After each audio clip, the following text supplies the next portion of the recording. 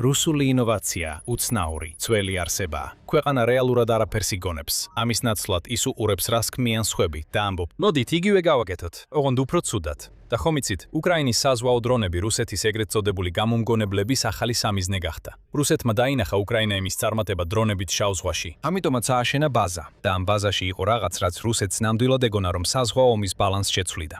საკუთარი საზღვაო დრონები, რომლებიც უკრაინის ბევრად უკეთეს დიზაინებს უნდა კონკურენციას უწევდნენ. მაგრამ რუსეთს პრობლემა ჰქონდა. საჭირო იყო, რომ თავისი საზღვაო დრონები დაემალა ბაზაში, რომელიც შავ ზღვასთან საკმაისად ახლოსად ახლოს იქნებოდა, რათა რეალური გავლენა მოეხდინა. ეს შეცდომა იყო. უკრაინამ იპოვა ეს ბაზა და უბრალოდ მიწიდან აღგავა რუსეთის მიმბაძველი დრონები.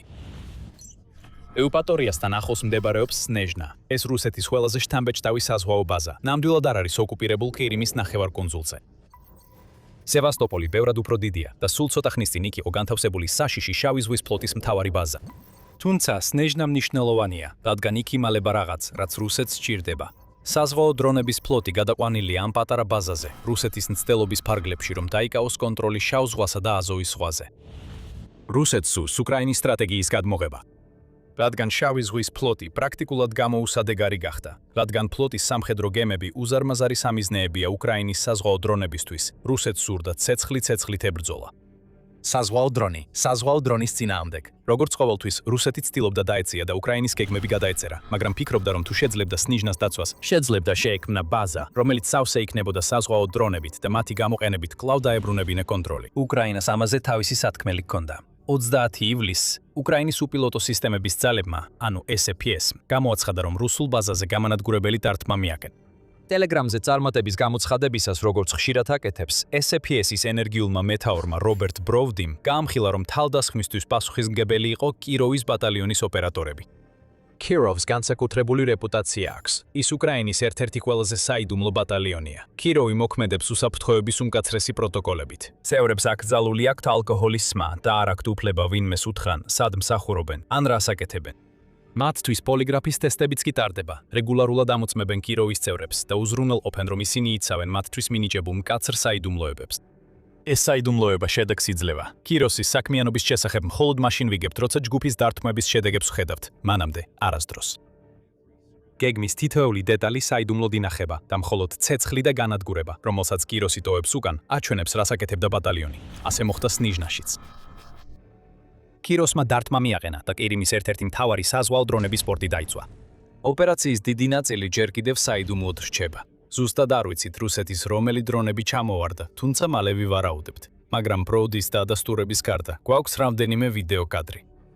3 წუთის ვიდეო, რომელიც გვიჩვენებს, რომ უკრაინამ სნიჟნას ბაზის გასანადგურებლად ის გააკეთა, რაც საუკეთესოდ გამოსდის. გაგზავნა საჰაერო დრონები რუსული ინფრასტრუქტურის დისტრუქტურის დასანგრევად. ხელახლა ვხედავთ უკრაინული დრონების ხრონების ხედვას, როცა ისინი ბაზისკენ მიექანებიან და შემდეგ სხვა სამიზნეებისკენ პირიმსა და ოკუპირებულ ტერიტორიებზე. ასევე ვხედავთ შედეგებსაც. ცეცხლის ალები, რომლებიც უზარმაზარ კვამლის ხრუბლებს გამოყოფენ და ეკრანს ავსებენ, ჩანს როგორ ამოდის რუსეთის საზღვაო დრონების ბაზიდან. ხედავთ, როგორ ეჯახებიან ანგარებს და დიდი აფეთქებები პორტში ზევით ქვევით ვრცელდება. რაც არ უნდა ცდილობდა რუსეთი აქ დამალვას, აშკარად ცეცხლში გაეხვა და ყურადღებიანი დამკვირვებლები ასევე შეამჩნევენ, რომ ვიდეოში რაღაც აკლია. რუსეთის საჰაერო თავდაცვის ცეცხლი. სად არის ის?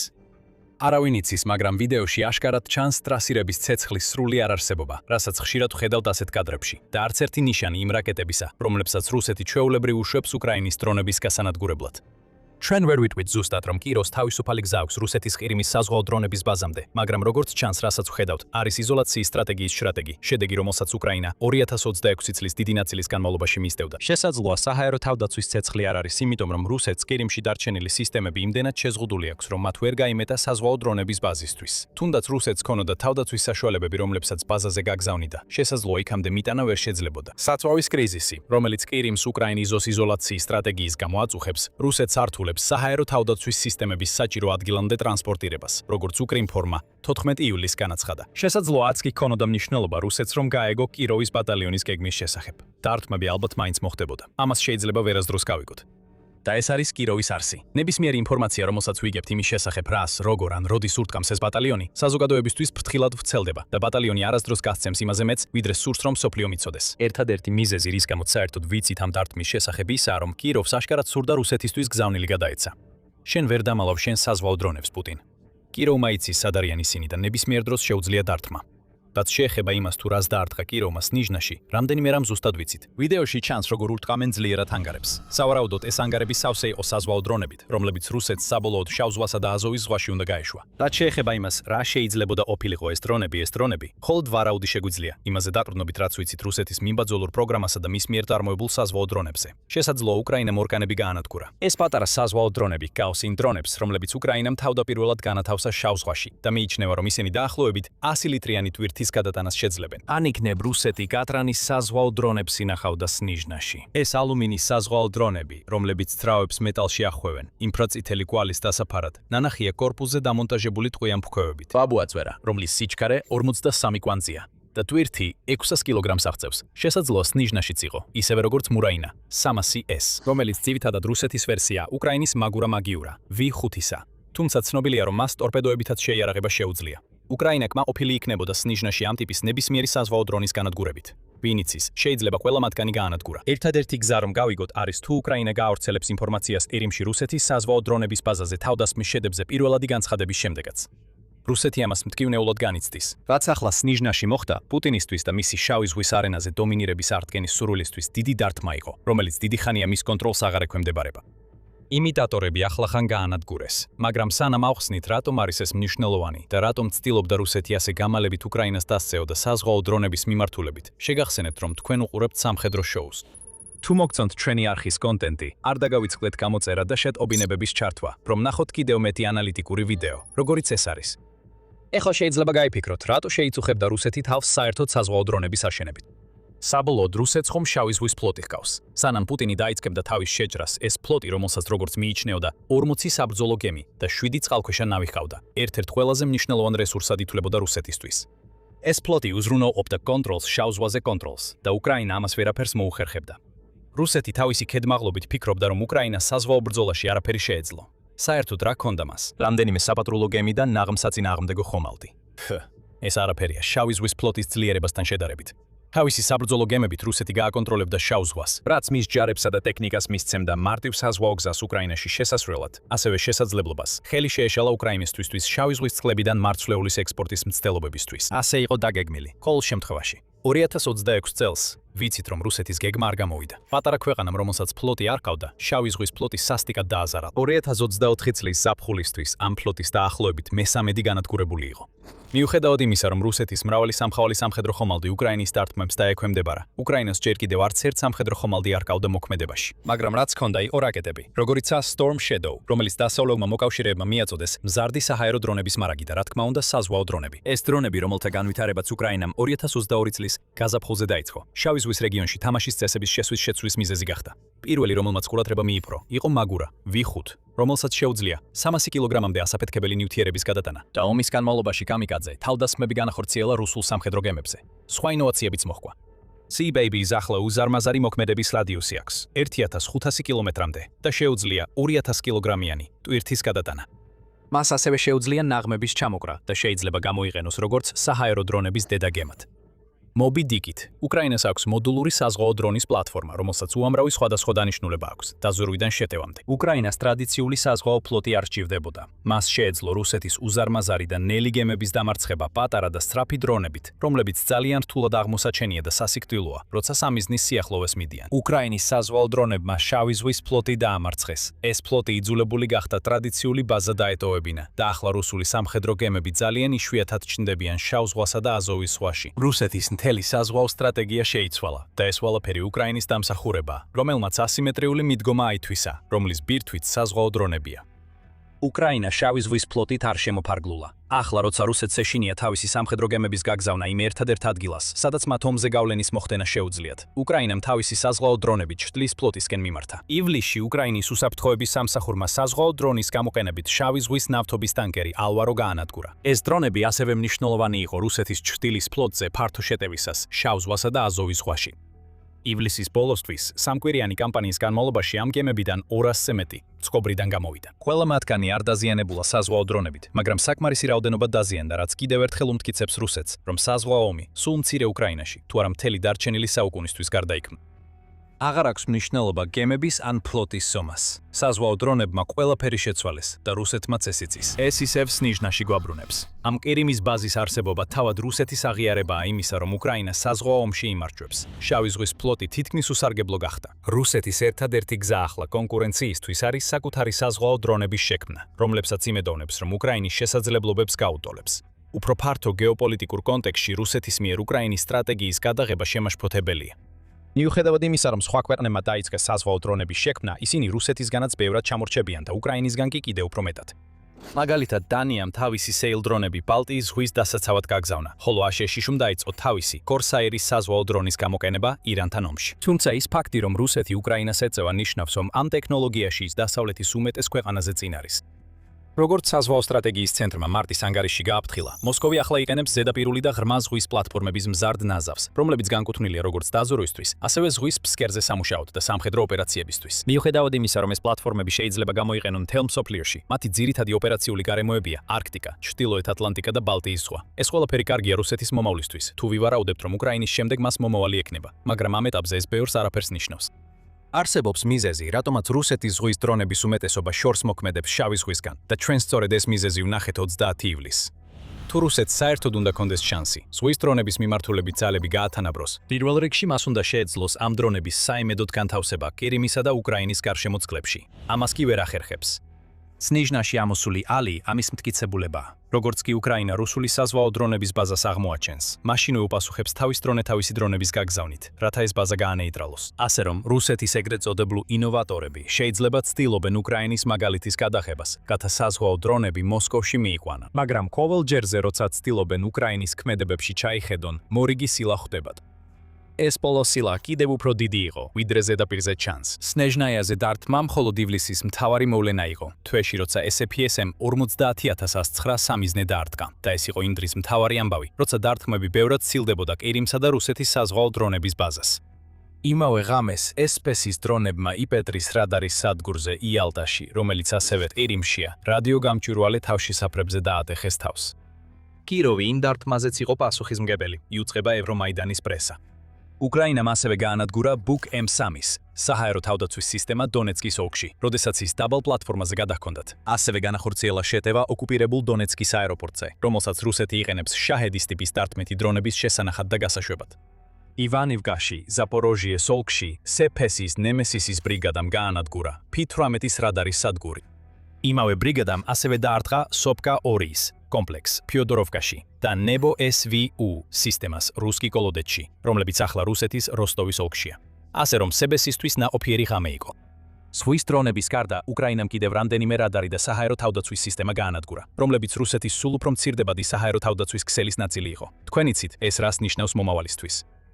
უფრო მეტი უსაფრთხო საჰაერო დერეფანი შეიქმნა და უკრაინიდან სხვა მაღალი ღირებულების სამიზნეებზე დარტყმები თითქმის უეჭველია. SBS უფრო ძლიერდება.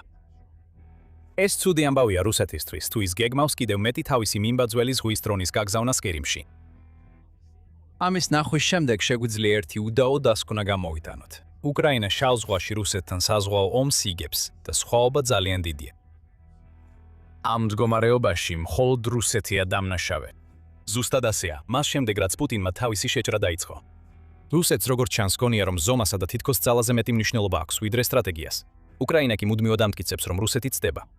შავ ზღვაში რუსეთი არაფრისთვის იყო მზად, რასაც უკრაინა უგზავნიდა. ასეა მას შემდეგ, რაც საზღვაო დრონები წინა პლანზე გამოვიდნენ. 2025 წლის იანვარში უკრაინის დაზორვის სამსახურმა გამოავლინა, რომ რუსეთს ვერაფერი მოუფიქრებია, რითაც უკრაინის საზღვაო დრონებს დაუპირისპირდებოდა. ეს ნიშნავს, რომ მათი ერთადერთი რეალური თავდაცვა იყო დრონებზე სროლა, იმ შემთხვევაში თუ დრონებს დროულად შეამჩნევდნენ. ისინი ძირითადად იცავენ თავს იმ თავდასხმებისგან, რომლებიც უკვე უშუალოდ საზღვაო დრონებით ხორციელდება. ამჟამად მათ არ აქვთ არანაირი ეფექტური საწინააღმდეგო საშუალება ან ალტერნატივა ჩვენი საზღვაო დრონების დასართმელად, განაცხადა მაშინ უკრაინის დაზორვის წარმომადგენელმა. გადავიდეთ 2026 წლის ზაფხულში. და ის თემა, რომ რუსეთს არ აქვს რეალური პასუხი უკრაინის საზღვაო დრონებზე, კვლავაც აშკარა. ანდრიი რიჟენკო, რომელიც 2004-დან 2020 წლამდე უკრაინის საზღვაო ძალების შტაბის უფროსის მოადგილე იყო, ამბობს, რომ რუსეთმა ვერ გააცნობიერა, რომ შავი ზღვის ფლოტი წარმოუდგენლად დაუცველი იყო, სანამ უკვე ძალიან გვიანი არ გახდა. როგორც ყოველთვის, რუსეთს ეგონა, რომ მხოლოდ ძალა გაიმარჯვებდა. რაც არ გაითვალისწინა იყო ის, რომ მთელი მისი ფლოტი ფაქტობრივად შავ ზღვაში იყო გაჭედილი. რაც ვიხილეთ, ეს იყო უკრაინის რორშახის მომენტი. უკრაინა შავ ზღვაში რუსეთთან ერთად არ იყო ჩაკეტილი. პირიქით, რუსეთი იყო ჩაკეტილი უკრაინასთან. და მის უკრაინასთან და მის გენიალურ ასიმეტრიულ მიდგომასთან ერთად. სტრატეგია ეფუძნებოდა ისეთი მასიური ძალის განთავსებას, რომელიც ეფექტურად გადალახავდა მოწინააღმდეგეს და მიაღწევდა თავის მიზნებს. მაგრამ ამ ასიმეტრიული მიდგომის თვალოწყალობით, ლიჟენკო აღნიშნავს, რომ ყველა ამ მასიური რუსული გემის კრიტიკული სისუსტე საზღვაო დრონების მიმართ გამოაშკარავდა. ის ამატებს, რომ საზღვაო მიდგომა, რომლის მიხედვითაც რუსეთი 2022 წელს უკრაინას 12 გემით ერთზე აღემატებოდა, იმდენად ცუდად დასრულდა, რომ ახლა სხვაობა 4-დან 1-ზეა და დარჩენილი რუსული გემები ძირითადად ბაზებში იმალებიან, იმ იმედით, რომ არ მოხდებათ დარტყმა. ასე რომ რუსეთი ახლა იმ მდგომარეობაშია, რომ ცდილობს ზღვის დრონებით დაეციოს, მაშინ როცა უკრაინა შავ ზღვასა და ტირიმს იმდენად აკონტროლებს, რომ შეუძლია რუსეთის დრონები გაანადგუროს მანამდე, სანამ ისინი გამოყენებასაც კი მოასწრებენ. და როგორც სახალისო პატარა კოდა, არის მინიშნება, რომ რუსეთმა მიუხედავად იმისა, რომ კიდევ ერთხელ მოპარა უკრაინას, ჯერ კიდევ ბოლომდე ვერ გაიგო, რატომ მუშაობს ზღვის დრონები ასე კარგად.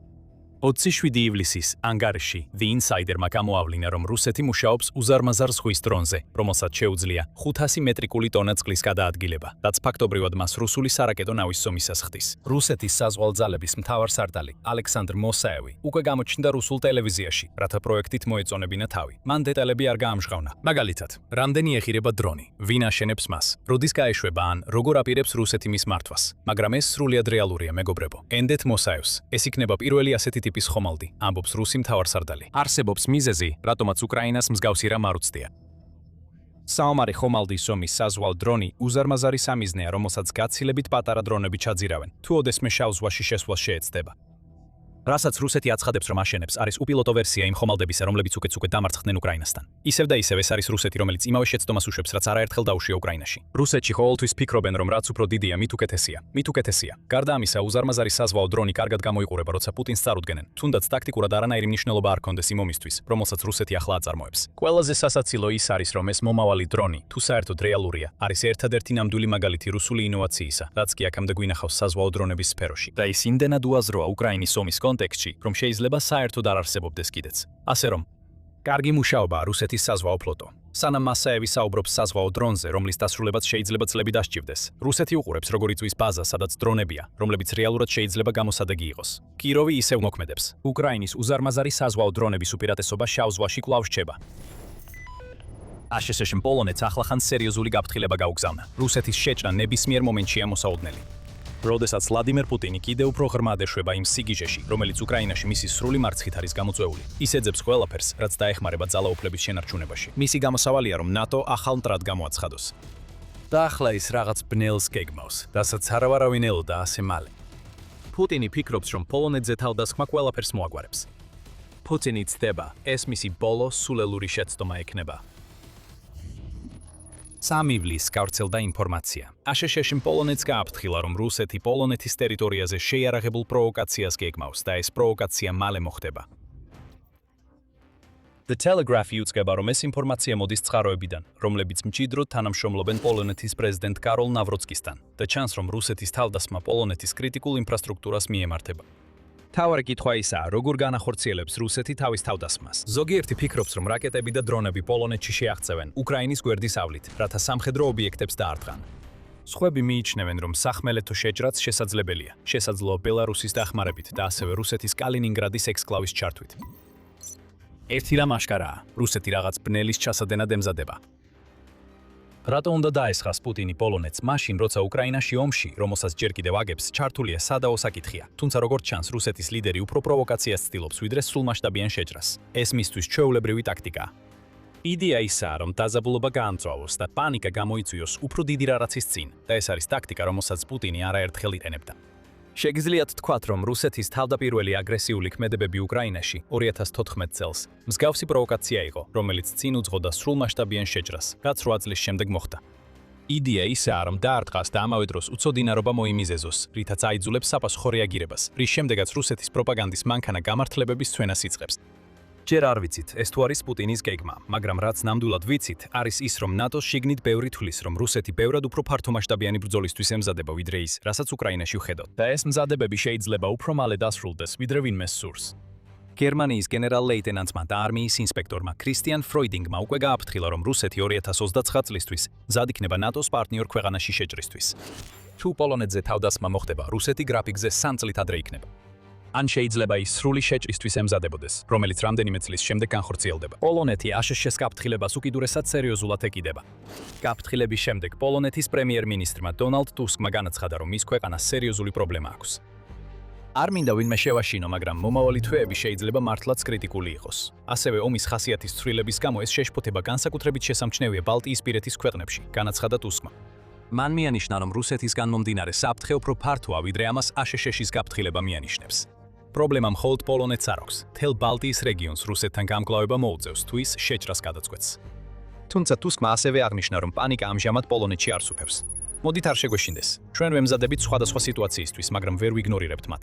ჩვენ ვიცით საფრთხეების შესახებ, ასევე ჩვენი მოკავშირეებისგან მიღებული ინფორმაციის წყალობით განაცხადა მან. სხვა სიტყვებით რომ ვთქვათ, პოლონეთი მზად არის ყველაფრისთვის, რასაც რუსეთი მის წინააღმდეგ გამოიყენებს. და ტუსკი სრულიად მართალია, რომ შვიდად თავდაჯერებულია. თუ რუსეთი თავის გეგმას ბოლომდე მიიყვანს და აშშ-ის გაფრთხილება გამართლდება, პუტინი პოლონეთზე მარტივი გამარჯვებით ვერ გაიმარჯვებს. ის ყველაზე დიდ შეცდომას დაუშვებს მას შემდეგ, რაც უკრაინაში თავისი ეგრეთ წოდებულ სპეციალური სამხედრო ოპერაცია დაიწყო. რადგან ის რუსეთს ისეთ მასშტაბურ დამარცხებას უქმნის, რომ ვერც ქვეყანა და ვერც თავად პუტინი ვეღარასდროს აღდგებიან. მაგრამ მალე აგიხსნით, რატომ შეიძლება ეს იყოს პუტინის ყველაზე დიდი შეცდომა. ჯერ კი ვნახოთ, რანს გეგმავს რუსეთი. ვარაუდები ბევრია, მაგრამ ყველაზე სავარაუდო ორი სცენარია, რაც უკვე ვახსენეთ. დრონებით დარტყმები პოლონეთის ინფრასტრუქტურაზე ან საზღვრის გადაკვეთა ქვეითებით. მეორე სცენარი უფრო შემაშფოთებელია, თუმცა რუსეთი არ იმყოფება იმ მდგომარეობაში, რომ სრულმასშტაბიანი სახმელეთო შეჭრა დაიწყოს, იმის გათვალისწინებით, რაც უკრაინაში ხდება. ამის ნაცვლად, როგორც Telegraph-ის თვარო ამბობს, რუსეთი სავარაუდოდ პოლონეთში მცირე კონტინგენტს, რუს და შესაძლოა ბელარუს ჯარისკაცებს, შეიყვანს როგორც ერთგვარ ტესტს. პუტინის იდეალურ, თუმცა დამახინჯებულ სამყაროში, პოლონეთი მაშინვე ესვრის ამ ჯარისკაცებს. რის შედეგადაც პუტინი შეძლებს ამ ინციდენტის პროპაგანდისტულად გამოყენებას. ნახეთ, ჩვენ უბრალოდ უდანაშაულოდ შევდიოდით პოლონეთის ტერიტორიაზე და მათ ესროლეს. ვაიმე, რუსეთი ყოველთვის მსხვერპლი. ეს ძლიერი პროპაგანდა არ არის, მაგრამ პუტინმა არაერთხელ დაამტკიცა, რომ მას მხოლოდ ყველაზე სუსტი საბაბიც კი ყოფნის იმის გასაკეთებლად, რაც სინამდვილეში სურს. უფრო რეალისტურად რომ შევხედოთ, რეალურად რუსეთის ძალების პოლონეთში შესვლა იქნება პროვოკაცია, რომელიც პოლონეთს აიძულებს, რომ აშშ-ის მონაწილეობით მოლაპარაკებების სცენარში ჩაერთოს. ეს მოსკოვისთვის კიდევ ერთ გამარჯვებად ჩაითვლება, ითხოვინება ტელეგრაფი. თუ პოლონეთი გადაწყვეტს მოლაპარაკებების გზით გამოვიდეს ამ სიტუაციიდან, პუტინი დაიკვეხნის, რომ რუსეთის არმიის უზარმაზარი ძალა პოლონელებისთვის დაუძლეველი აღმოჩნდა. და პოლონეთს აიძულა რუსეთისგან თავის დასაღწევად საკუთარი ძალის ნაცვლად მოლაპარაკებების მაგიდას დაკრნობა. და თუ პუტინს გაუმართლებს, შეიძლება სცადოს კიდეც, რომ მოლაპარაკებების ფარგლებში პოლონეთს უკრაინის მხარდაჭერის შეწყვეტა მოსთხოვოს. პუტინი ცდილობს შექმნას სიტუაცია, სადაც გამარჯვება შეუძლებელია და შეიძლება ეს გამოვიდეს კიდეც. რუსეთი ნამდვილად აგროვებს ძალებს, ისე თითქოს ნატოს აღმოსავლეთ ფლანგზე შეტევისთვის ემზადება. თუ არა პოლონეთის გავლით, მაშინ შესაძლოა ბალტიის ან ჩრდილოეთის ქვეყნების მიმართულებით. როგორც პოლიტიკო აღნიშნავს, სატელიტური ფოტოები აჩვენებს, რომ რუსეთი ზრდის სამხედრო ძალებს ფინეთთან საზღვარზე, ისევე როგორც რამდენიმე სხვა ქვეყანასთან, რომლებიც ევროკავშირის წევრები არიან. ფინეთის, შვედეთის, ნორვეგიისა და დანიის ოფიციალური პირების მიერ შეგროვებული დაზვერვის მიხედვით, ეს საზღვრის გაძლიერება იმდენად მასშტაბურია, რომ რუსეთს საშუალებას მისცემს ჩრდილოეთისა და ბალტიისპირეთის ტერიტორიების საზღვარზე. დაახლოებით 115,000 ჯარისკაცი განათავსოს. გონებაში მოდის გამონათქვამი. ცეცხლის გარეშე კვამლი არ არსებობს. ეს გამონათქვამი ახლა პოლონელებს ნამდვილად ახსენდებათ. არსებობს რამდენიმე ქვეყანა, რომლებიც ემზადებიან სწორედ იმისთვის, რის შესახებაც აშშ-ს აფრთხილებს.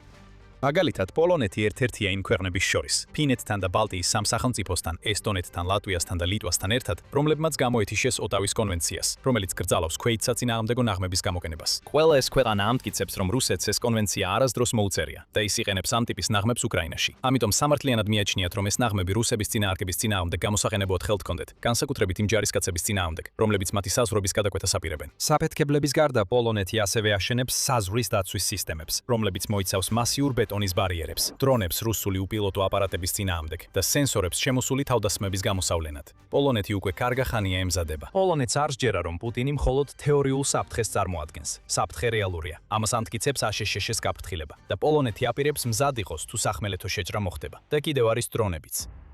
ეს უფრო სავარაუდო რუსული ქმედებაა, თუნდაც იმიტომ, რომ წარსულში ვნახეთ, როგორ იყენებდა რუსეთი დრონებს პოლონეთის დასაშინებლად. სექტემბერში რუსეთმა პოლონეთის საჰაერო სივრცეში 19 დრონი გაუშვა, რამაც გამოიწვია რეაგირება, მათ შორის გამანადგურებელი თვითმფრინავების აფრენა და შინდარჩენის ბრძანება, რომელიც პოლონეთის სამ პროვინციაში გავრცელდა. ასე რომ რუსული დრონები პოლონეთისთვის ახალი არაფერია. თუმცა ის თავდასხმა, რის შესახებაც აშშ-ს აფრთხილებს, მხოლოდ რამდენიმე სატყუარა დრონის გაგზავნას არ გულისხმობს. ეს იქნება რეალური თავდასხმა, სადაც დრონები პოლონეთის ინფრასტრუქტურას დაუმიზნებენ. შესაძლოა სამხედრო ბაზებზე ან ენერგეტიკულ ობიექტებზე დართვით. დრონებით თავდასხმა შესაძლებელია, რადგან პუტინი ამის შესახებ თვალის დაუხამხამებლად იტყუება. არა, ჩვენ არ გვინდოდა დრონები პოლონეთში გაგვეგზავნა. GPS სისტემებმა ალბათ ვერ იმუშავა. იტყვის პუტინი თავისთვის ღიმილით, როცა კიდევ ერთ პროვოკაციას დაუსჯელად ჩაიდენს. რუსეთმა შეიძლება კიდევ ერთი აბსურდული მიზეზი მოიგონოს პოლონეთზე თავდასხმისთვის. თითქოს იქ რუსი ხალხის დევნა ხდება. მხოლოდ მაისში მიიღო რუსეთის სახელმწიფო დუმამ კანონი, რომელიც პუტინს სხვა ქვეყნებში შეჭრის უფლებას აძლევს რუსი მოქალაქეების დასაცავად. ეს ფართო ფორმულირება მიზანმიმართულია, რადგან პუტინს შეუძლია გამოიყენოს იგი, რათა მის ნებისმიერ ქმედებას სხვა ქვეყნების წინააღმდეგ სულ მცირე რუსეთში მაინც ლეგიტიმურობის იერი მისცეს. ამ ყველაფრის გათვალისწინებით, ამერიკის გაფრთხილება პოლონეთის მიმართ სერიოზულად უნდა მივიღოთ.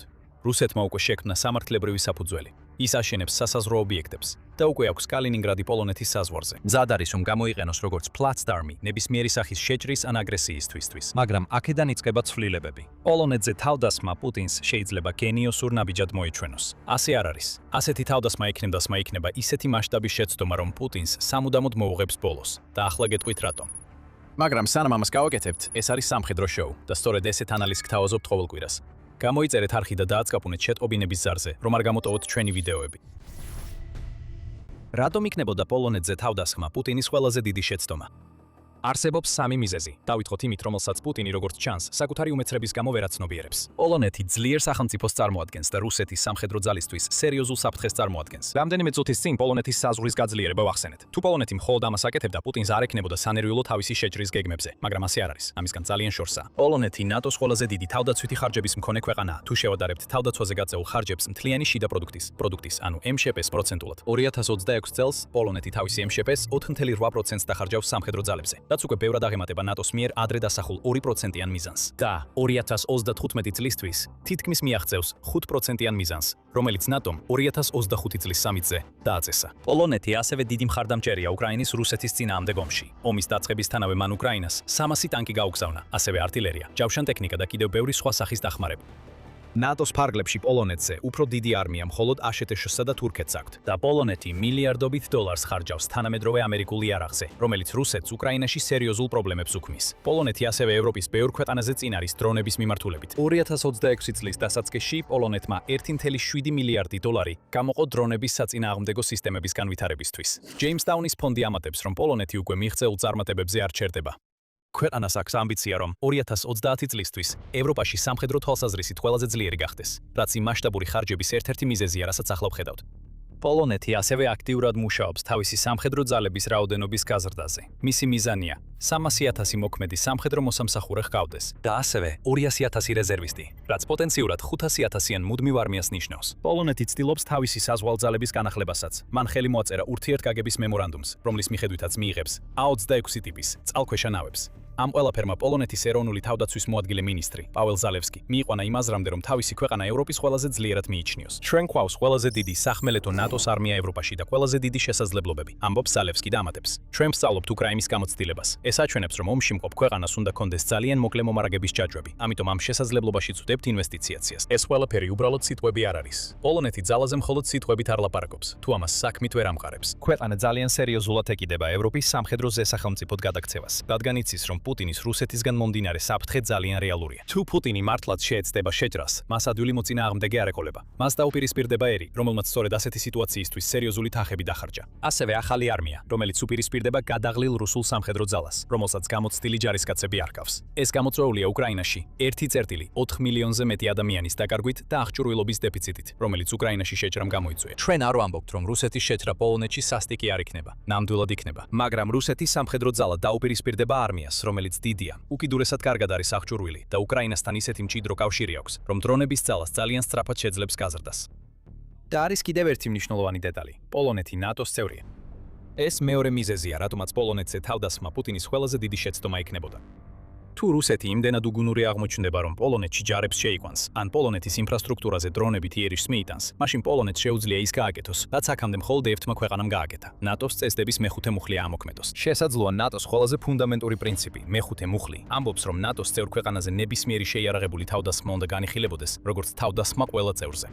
ეს თავის მხრივ ავალდებულებს ყველა წევს, რომ დახმარება აღმოუჩინოს იმ ერთ წევს, რომელსაც თავს დაესხნენ. ამ მუხლი აშშ-მა მოქმედა 2001 წლის 11 სექტემბრის ტერაქტების შემდეგ, როდესაც მსოფლიო სავაჭრო ცენტრს დაესხნენ თავს და შესაძლებელია, რომ პოლონეთი გახდეს შემდეგი და მეორე ქვეყანა, რომელიც ამ მუხლს გამოიყენებს. პუტინს ვერ შეუძლია თავდასხმა განახორციელოს არც ჩრდილოეთის და არც ბალტიისპირეთის ქვეყნებზე, რომელთა საზღვრებთანაც სამხედრო ინფრასტრუქტურას აშენებს. ეს ქვეყნები ასევე ნატოს წევრები არიან. რუსეთი ნატოსთვის მზად არ არის. პუტინი შეიძლება ისე იქცეოდეს თითქოს მზადაა და ნატოში ზოგიერთები აშკარად ფრთხილობენ, რადგან პოლონეთის მიერ მეხუთე მუხლის ამოქმედება ევროპაში მასშტაბურ ომს გამოიწვევს. მაგრამ როდესაც საქმე ეხება მხოლოდ რაოდენობასა და სამხედრო ერთიანობას, ნატო უპირატესობას ინარჩუნებს. თუ ვივარაუდებთ, რომ აშშ თავის ვალდებულებებს შეასრულებს. ნატოს 32 წევრი ქვეყანა ერთად ყოველწლიურად მილიარდობით დოლარით მეტს ხარჯავს თავდაცვაზე, ვიდრე რუსეთი. და მათ ის უპირატესობაც აქვთ, რომ 4 წელზე მეტ ხანს მიმდინარე ომში არ არიან ჩართული, დამაც რუსეთი მნიშვნელოვნად დაასუსტა. თუ ნატო სრულ ძალას გამოიყენებდა რუსეთის წინააღმდეგ, მაშინ მას 2.3 მილიონით მეტი ჯარისკაცი ეყოლებოდა, დაახლოებით 5-ჯერ მეტი სამხედრო თვითმფრინავი. საზღვაო ძალები, რომელიც თითქმის 4-ჯერ აღემატება რუსეთისას, 2-ჯერ მეტი საბრძოლო ტანკი და დაახლოებით მილიონით მეტი ჯავშან ტექნიკა, ვიდრე რუსეთს აქვს. და გახსოვდეთ, უკრაინა მაინც იბრძოლებს, მიუხედავად იმისა, რომ ნატოს წევრი არ არის, ასე რომ აშკარაა თანამშრომლობის პოტენციალი. ერთადერთი, რაც ნატოს სრულ დომინაციას აფერხებს, ამ ძალის ევროპაში გადმოყვანაა. ლოგისტიკა წარმოუდგენლად რთული იქნებოდა, მაგრამ პოლონეთი საკმარისად ძლიერია, რომ პოზიციები შეინარჩუნოს მანამ, სანამ ნატო მოიკრებს ძალებს. რა თქმა უნდა, ჩვენ ვარაუდობთ, რომ რუსეთის გეგმები პოლონეთის მიმართ სრულმასშტაბიან ომს გამოიწვევს. შეიძლება ასე არ იყოს, მაგრამ ეს მიგვიყვანს მესამე მიზეზამდე, რატომაც პუტინის პოლონეთის პროვოკაცია მისი ყველაზე სულელური გადაწყვეტილება იქნებოდა. კალინინგრადის პრობლემა. ჩვენ უკვე ვახსენეთ ეს რუსული ექსკლავი, რომელიც ესაზღვრება პოლონეთს და შეიძლება გახდეს პოტენციური საწყისი წერტილი ნებისმიერი შეჭრისთვის, რასაც პუტინი დაგეგმავს. მართლა შეიძლება ამისთვის გამოიყენონ, მაგრამ ერთი პრობლემა არსებობს. კალინინგრადი რუსეთის ძირითად ტერიტორიასაა მოწყვეტილი და ეს მას სამიზნედ აქცევს. თუ პოლონეთი და ნატო გადაწყვეტენ პუტინს მიანიშნონ, რომ აღარ აპირებენ მის თამაშებში მონაწილეობას. The Telegraph ავცელებს ინფორმაციას ჰოლგერ ნოიმანის კომენტარებზე, რომელიც გერმანიის საჰაერო ძალების ხელმძღვანელია. მისი თქმით, კალინინგრადი აშკარა სამიზნე იქნება თუ რუსეთი პოლონეთში რაიმე სცდის, როგორც გავფრთხილება, რომ გერმანია ნატოს თითოეულ სანტიმეტრს დაიცავს რუსეთის შეჭრის შემთხვევაში. 2025 წლის ოქტომბერში ბენ ჰოჯესმა, რომელიც აშშ-ის არმიის ყოფილი სარდალია ევროპაში, განაცხადა, რომ ნატო შეძლებდა კალინინგრადის, ასევე რუსეთის მნიშვნელოვან ბაზებთან ერთად, როგორიცაა სევასტოპოლი და კირიმი, განადგურებას ომის პირველ საათებში. და ლიტვის საგარეო საქმეთა მინისტრმა კესტუტის ბუდრისმაც კი განაცხადა, რომ ნატოს აქვს შესაძლებლობა საჭიროების შემთხვევაში გაანადგუროს რუსეთის საჰაერო თავდაცვის და სარაკეტო ბაზები, იქ როდესაც კალინინგრადზე საუბრობდა. ნატოს ამ მუქარების შესრულებამ კაფიო გზავნილს გააგზავნიდა. პოლონეთს არც კი დასჭირდებოდა ექსკლავის სახმელეთო შეჭრა. მას უბრალოდ შეეძლო მონაწილეობა მიიღო საჰაერო ოპერაციაში, რომელიც გაანადგურებდა კალინინგრადს და აიძულებდა რუსეთს, რომ მხოლოდ ერთ სახმელეთო ფრონტზე ებრძოლა. ამ ყველაფრის გათვალისწინებით ჩნდება კითხვა: რატო უნდა განიხილოს პუტინმა ახლა პოლონეთზე თავდასხმა? ზედაპირზე ეს არანაირ აზრს არ იძლევა. განსაკუთრებით მაშინ, როცა გავითვალისწინებთ პოლონეთისა და ნატოს შესაძლო პასუხებს და მიმდინარე ომს უკრაინაში. შესაძლოა ამ კითხვაზე პასუხი ისაა, რომ პუტინი ნატოს გამოცდა სურს. რაც არ უნდა იყოს მოსალოდნელი თავდასხმა, ის შეიძლება იმდენად ზუსტად იყოს გათვლილი, რომ არც პოლონეთის მხრიდან სერიოზულ პასუხს გამოიწვევს და არც მეხუთე მუხლის ამოქმედებას. ამის ნაცვლად, პუტინს შეიძლება უბრალოდ სურდეს ნახოს რა მოხდება, თუ ის ეთნაბიჯებს გადადგამს, როგორებიც აქამდე არასდროს გადაუდგამს. და თუ ის მიიღებს იმ პასუხს, რაც სურს, მაგალითად იმ მოლაპარაკების სცენარს, რომელიც ადრე ვახსენეთ, ეს პუტინისთვის საკმარისად კარგი იქნება. პუტინი ის შეძლებდა პოლონეთის სუვერენიტეტის შერკევას და შეეცდებოდა საფუძველი ჩაეყარა დასავლეთის მხარდაჭერის შესუსტებას უკრაინის მიმართ. ეს პუტინისთვის უზარმაზარი რისკია. და ეს გვაჩვენებს რაღაცას, რისი აღიარებაც რუსეთის პრეზიდენტს არ უნდა. პუტინი სასოწარკვეთილია უკრაინაში რუსეთის მდგომარეობის გამო. ეს თავისთავად რისკია. სასოწარკვეთილი პუტინი საშიშია, რადგან რუსეთის ლიდერი შეიძლება უკრაინაში ომის ესკალაციას ევროპულ კონფლიქტად აღიქვამდეს, როგორც ერთადერთ გზას ძალაუფლების შესანარჩუნებლად. ლოგიკა აქ უცნაურად ჩანს, მაგრამ თავისებური აზრი აქვს.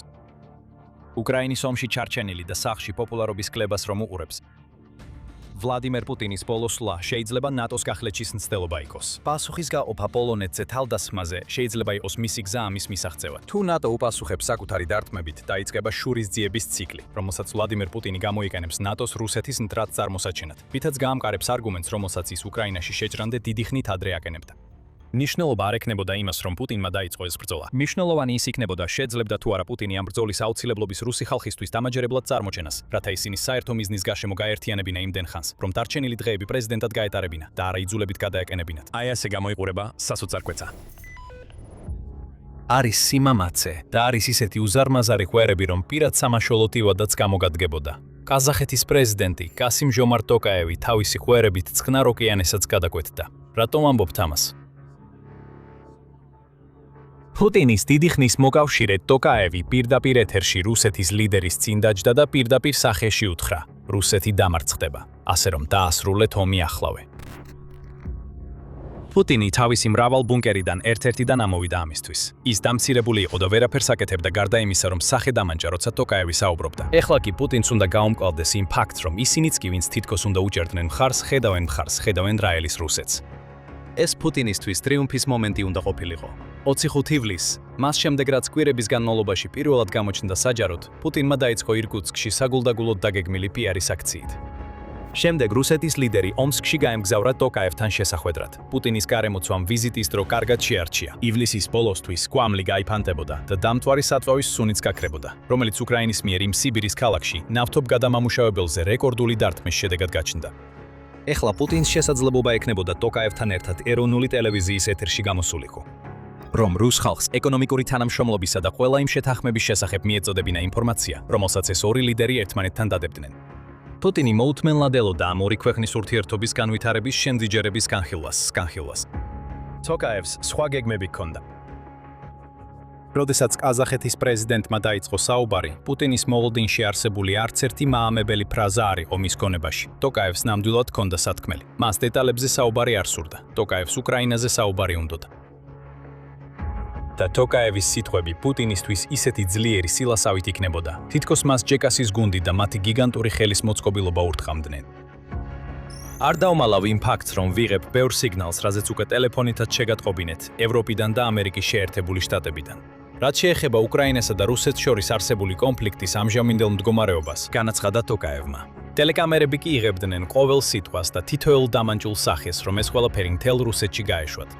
შემდეგ ტოკაევმა განაგრძო და განაცხადა: ამ კონფლიქტის ბუნება ბოლომდე ნათელი არ არის და ეს ისევ პუტინის თვალწინ გააკეთა. თითქმის უდარდელად აცნობა მთელ მსოფლიოს, რომ პუტინის მიერ შეჭრის გასამართლებლად მოყვანილი მრავალი მიზეზი, დაწყებული ქვეყანაში ნაციზმთან ბრძოლით, დამთავრებული მისი ისტორიის დამახინჯებული მტკიცებით, თითქოს რუსები და უკრაინელები ერთი ხალხია, არანაირ საფუძველს არ წარმოადგენს. ტოკაევს ამ ყველაფრის არ სჯერა. შემდეგ ტოკაევმა მთელი მსოფლიოსთვის გასაგონად სილა გააძნა. ეს ყველაფერი უნდა შეწყდეს, განაცხადა ყაზახეთის პრეზიდენტმა, როცა პუტინს ომის შეჩერებისკენ მოუწოდა. და როცა ის ამას გააკეთებს, დაამატა ტოკაევმა, პუტინი ვერ დაეკუთვნობა ყაზახეთს, როგორც რუსეთის მიმართ კეთილგანწყობილ შუამავალს.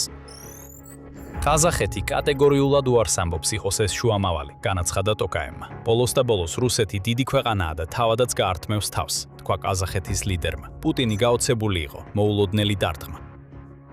საუკეთესო რაც მან შეძლო პასუხად, როცა ისევ სიტყვით გამოვიდა, იყო სუსტი განცხადება, რომ მედიის ღონისძიების დასრულების შემდეგ ტოკაევს დეტალურ ბრიფინგს ჩაუტარებდა. ეს ბრიფინგი უაზრო იქნებოდა. ტოკაევს ეს ყველაფერი უკვე მოსმენილი აქვს და პუტინიც ამას კარგად იცის. რასაც რუსეთის ლიდერს ახლახან მოუწია გაეძლო, არის ის, რომ იძულებულია უკანა პლანზე დაჯდეს. მაშინ როცა პრეზიდენტი, რომელიც რუსეთთან მოკავშირეა, სულ მცირე ვაჭრობისა და ეკონომიკური ზრდის თვალსაზრისით პირდაპირ ეუბნება მას, რამდენად სულელია რომ აგრძელებს ომს, რომელსაც აშკარად ვერ იგებს. პუტინი დამცირებული იყო.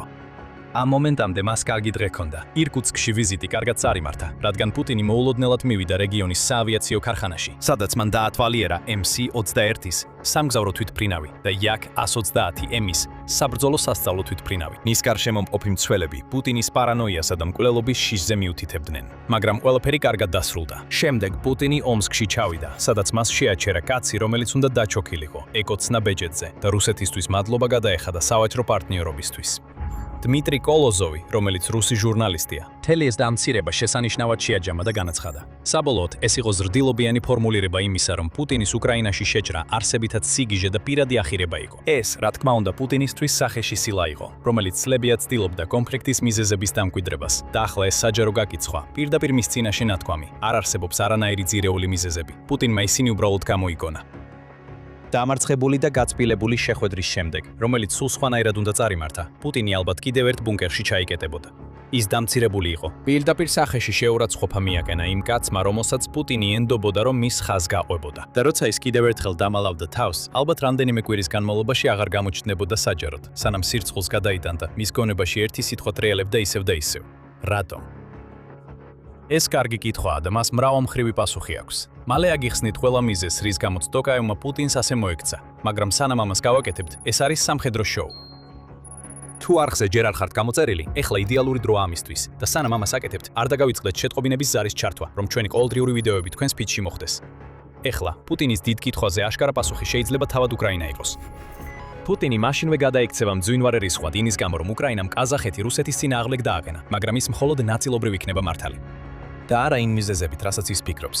მიუხედავად იმისა, რომ ყაზახეთი დიდი ხანია რუსეთის საოჯრო მოკავშირეა, მან პუტინს არასდროს მიანიშნა, რომ ხარს უჭერს მას, ან მის ეგრეთ წოდებული სპეციალურ სამხედრო ოპერაციას უკრაინაში. ომის დაწყებისთანავე ყაზახეთმა განაცხადა, რომ არ აღიარებს უკრაინაში ეგრეთ წოდებული სეპარატისტულ ტერიტორიებს და მოუკიდებელ ერთეულებადად.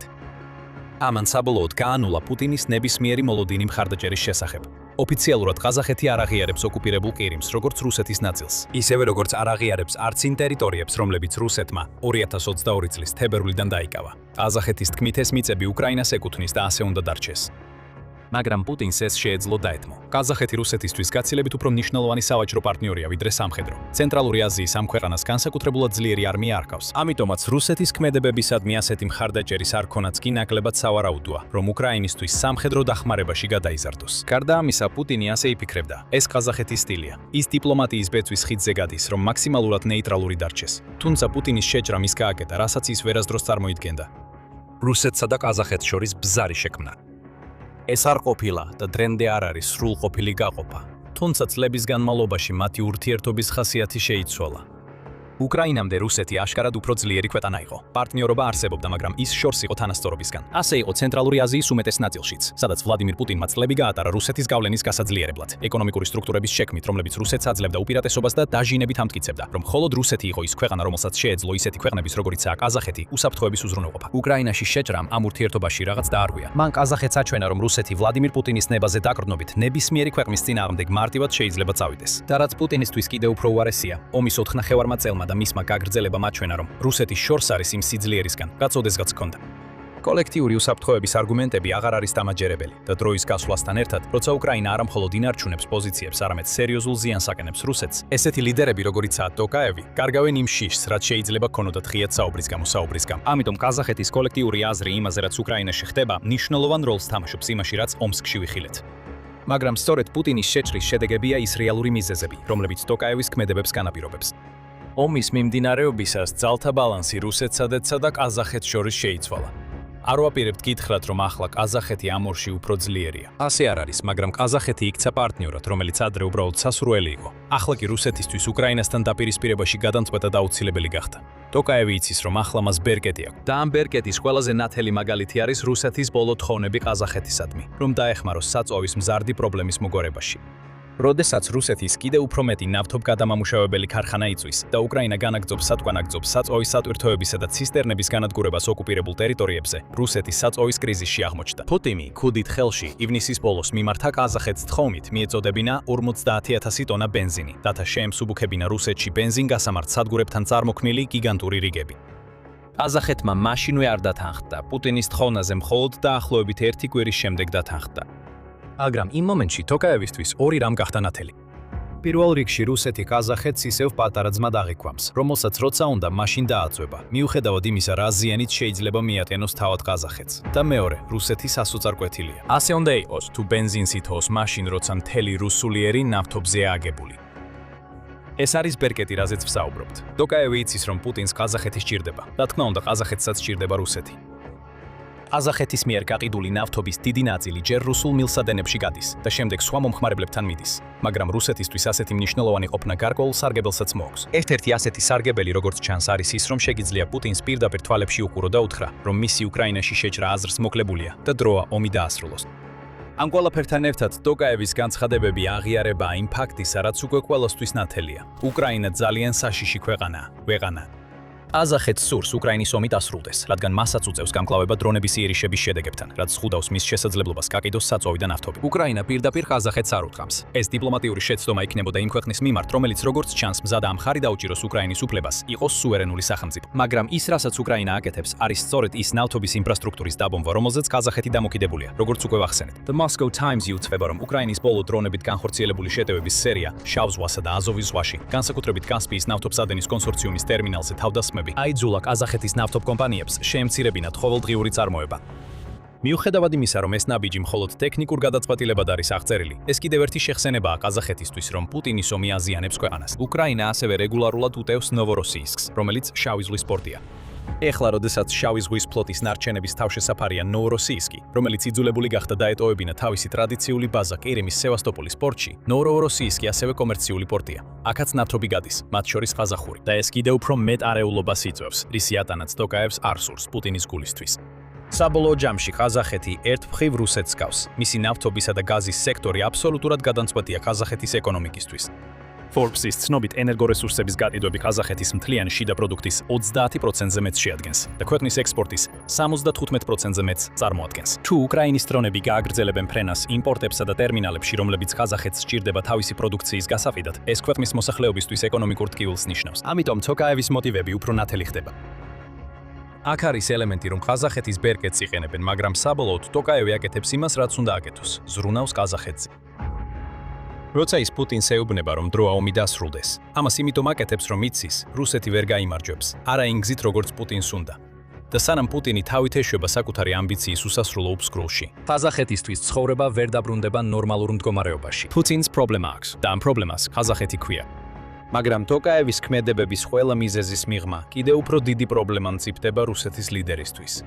ეს პრობლემა უკავშირდება იმას, რაზეც ადრე ვილაპარაკეთ. ყაზახეთი ცდილობს, რაც შეიძლება ბევრ ქვეყანასთან იყოს მეგობრული. უკრაინის ომი იმდენად დიდხანს გაგრძელდა, რომ ყველა მხარეს თამაში აღარ არის შესაძლებელი. ყაზახეთის მრავალვექტორული საგარეო პოლიტიკა, როგორც common space აღნიშნავს, ბოლო ნახევარი ათწლეულის განმავლობაში არაერთხელ გამოიცადა. ეს იქნება რუსეთის ომით, ოპერაცია Epic Fury-ით, თუ ჩინეთის მზარდი გავლენით ცენტრალურ აზიაში. ახლა ყაზახეთს აიძულებენ, რომ რომელიმე მხარე აერჩიოს. 25 ივლისმა პუტინს ერთი მნიშვნელოვანი რამ აჩვენა. რუსეთი არ იქნება ის მხარე, რომელსაც ყაზახეთი აერჩიოს.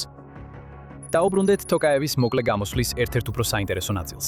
ეს უკვე ადრე მოისმინეთ. ტოკაევმა პუტინს უთხრა, რომ მას ბევრი სიგნალი მიუღია შეერთებულ შტატებსა და ევროპაში არსებული მხარეებისგან რუსეთის კამპანიის მიმდინარე მდგომარეობის შესახებ. საიდუმლო აქ იმაში მდგომარეობს, თუ რა იყო ეს სიგნალები.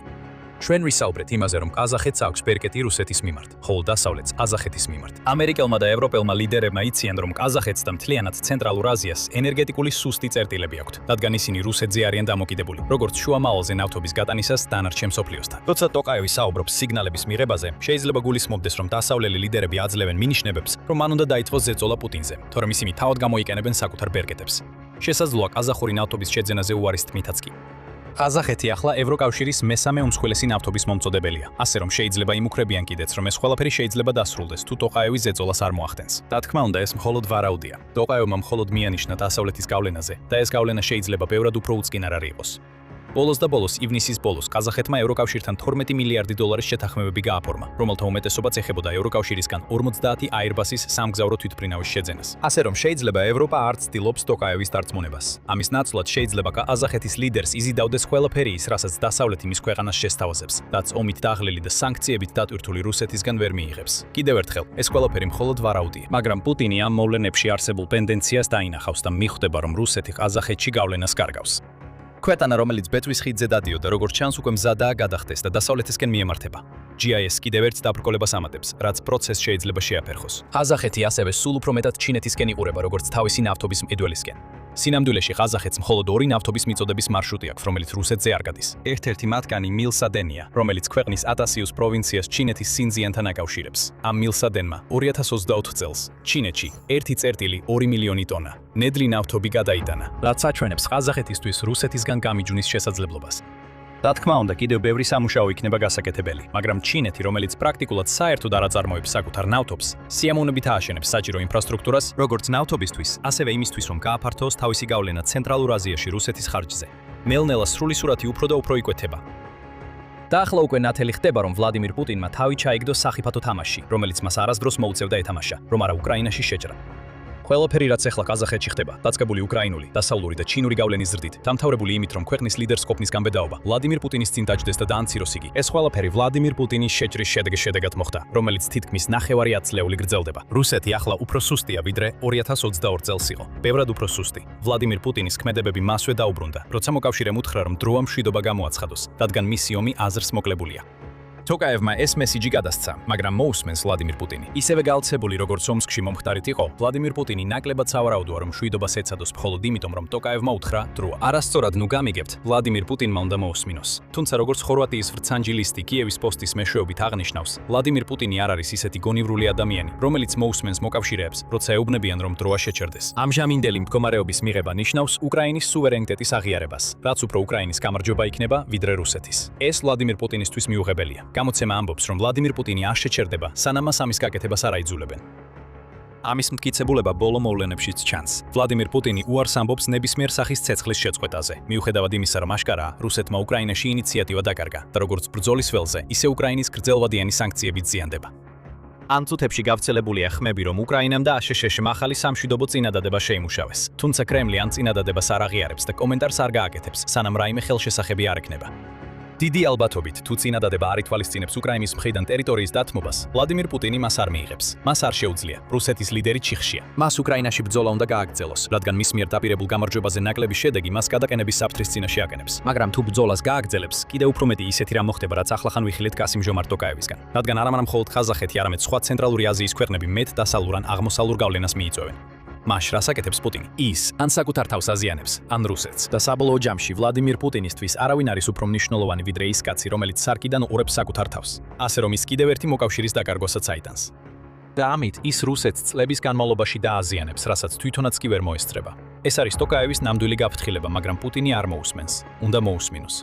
რაც ყაზახეთთან ხდება, უბრალოდ სიმპტომია პუტინის ფორმის სიმსივნისა, რომელიც რუსეთს სპირთამდელპობას იწვევს. ევროპამ ახლახან გააკეთა თავისი ყველაზე დიდი სამხედრო ნაბიჯი ცივი ომის შემდეგ. 50 მილიარდი დოლარის ნაბიჯი, რომელსაც უკრაინის ბრძოლის ველებზე ბევრად უფრო შორსაც აქვს გავლენა. ნაბიჯი, რომელმაც შოკის ტალღები მოსკოვამდეც კი მიაღწია. თავად ვლადიმირ პუტინის მაგიდამდეც.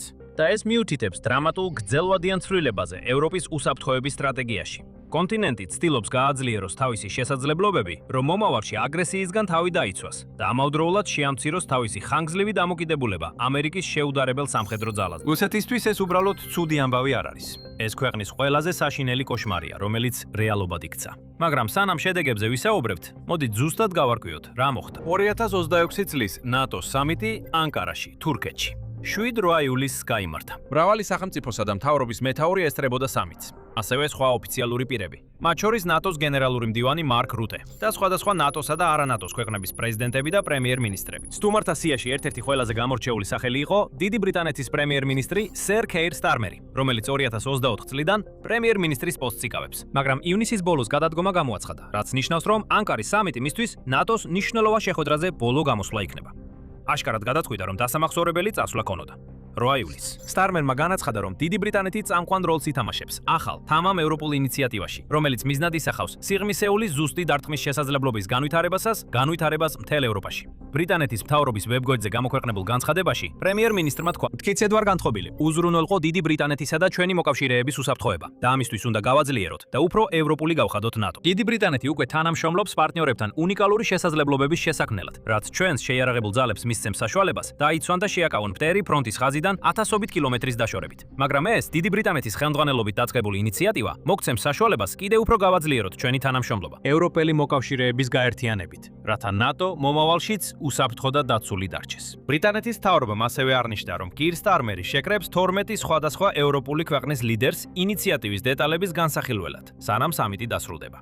დიდი ბრიტანეთის გარდა მონაწილე ქვეყნები არიან: დანია, ესტონეთი, ფინეთი, საფრანგეთი, გერმანია, ნიდერლანდები, ნორვეგია, რუმინეთი, ესპანეთი, შვედეთი და თურქეთი. მათ ერთობლივი განცხადება გაავრცელეს სტარმერის განცხადების შემდეგ, სადაც აღნიშნეს: ჩვენ ვალდებულებას ვიღებთ გავაძლიეროთ და გავამყაროთ ალიანსის შეკავებისა და თავდაცვის შესაძლებლობები. განსაკუთრებით ჩვენ ვაცნობიერებთ საჭიროებას გავზარდოთ ჩვენი ღრმა ზუსტი დარტყმის შესაძლებლობები. შესაბამისად, ჩვენ ვაცნობიერებთ საჭიროებას პროაქტიულად დავაბანდოთ ამ შესაძლებლობებში და დავაჩქაროთ შესყიდვა და მიწოდება, მათ შორის მრავალ ეროვნული ინიციატივების მეშვეობით. ჩვენ ერთობლივად გვაქვს გადაწყვეტილი, რომ მომდევნო 10 წლის განმავლობაში DPS-ში 50 წერტილი 66 მილიარდი დოლარი დავაბანდოთ. ეს არის მთავარი ამბავი. 50 მილიარდი დოლარი.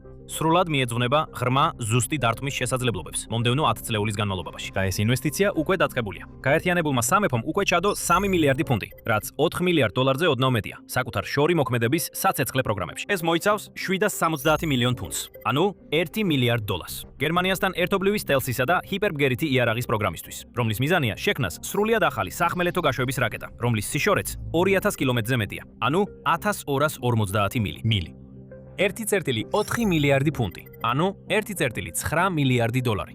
ასევე მიემართება სტრატოსის პროგრამისთვის, რომელიც სამხრივია და იტალიას და საფრანგეთს მოიცავს. მისი მიზანია შექმნას Storm Shadow-ის შემცვლელი რაკეტა, რომელიც უკრაინამ ეფექტურად გამოიყენა რუსეთთან ომში. ეს მხოლოდ ორი მაგალითია.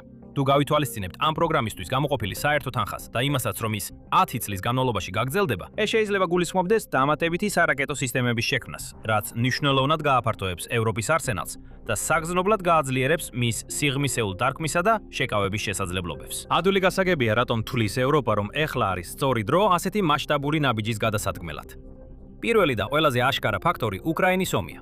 ცივი ომის დასრულების შემდეგ 10 წლეულებში ბევრმა ევროპულმა ქვეყანამ, როგორიცაა გერმანია და გაერთიანებული სამეფო, მნიშვნელოვნად შეამცირა თავდაცვითი ხარჯები. მათ ეს იმიტომ გააკეთეს, რომ სჯეროდათ ევროპულ საბრძოლო ველებზე მასშტაბური კონფლიქტების დღეები დასრულებული იყო. მათ უბრალოდ ვერ წარმოედგინათ ისეთი სამყარო, სადაც ომი ისევ ასე ახლოს დაიწყებოდა. ამიტომაც მიიღეს, როგორც მათ ეგონათ, ლოგიკური გადაწყვეტილება და თავდაცვაზე ნაკლები დახარჯეს. საბოლოოდ, რატო უნდა დაეხარჯათ ფული ტანკების აშენებასა და 100,000-ობით ჯარისკაცის ხელფასებზე, როცა ომი ასე შეუძლებლად ჩანდა. შემდეგ კი 2022 წელი დადგა. რუსეთი უკრაინაში შეიჭრა და ის ხანგრძლივი წარმოდგენები ევროპის კონტინენტზე მარადიულ მშვიდობაზე ისე დაინგრა, როგორც მხიფე ბანკოს კოშკი. ევროპამ გააცნობიერა, რომ ვეღარ იმოქმედებს ისე, თითქოს დიდი კონვენციური ომი შეუძლებელი იყოს. ამან გამოიწვია თავდაცვის ხარჯების ზრდა და ახალი უსაფრთხოების ინიციატივების განვითარება კონტინენტზე, სადაც პოლონეთი და გერმანია წამყვან როლებს ასრულებდნენ. მაგრამ ევროპა მხოლოდ უკრაინაში ომზე არ რეაგირებდა. ის ყურადღებით აკვირდებოდა მას. უყურებდა თუ როგორ უკრაინა, ქვეყანა, რომელიც ყველა მნიშვნელოვან სამხედრო მაჩვენებელში რუსეთზე ბევრად სუსტი უნდა ყოფილიყო, ასე წარმატებით ახერხებდა თავის დაცვას. და ამ პროცესში იღებდა მნიშვნელოვან გაკვეთილებს, განსაკუთრებით შორ მანძილზე ზუსტი დათმობის მნიშვნელობის შესახებ. კიევის ძალებმა შორ მანძილზე მოქმედი დრონები და რაკეტები გამოიყენეს ოკუპირებულ ტერიტორიებზე და რუსეთის სიღრმეში მდებარე რეგიონებშიც ქაოსის მოსახდენად.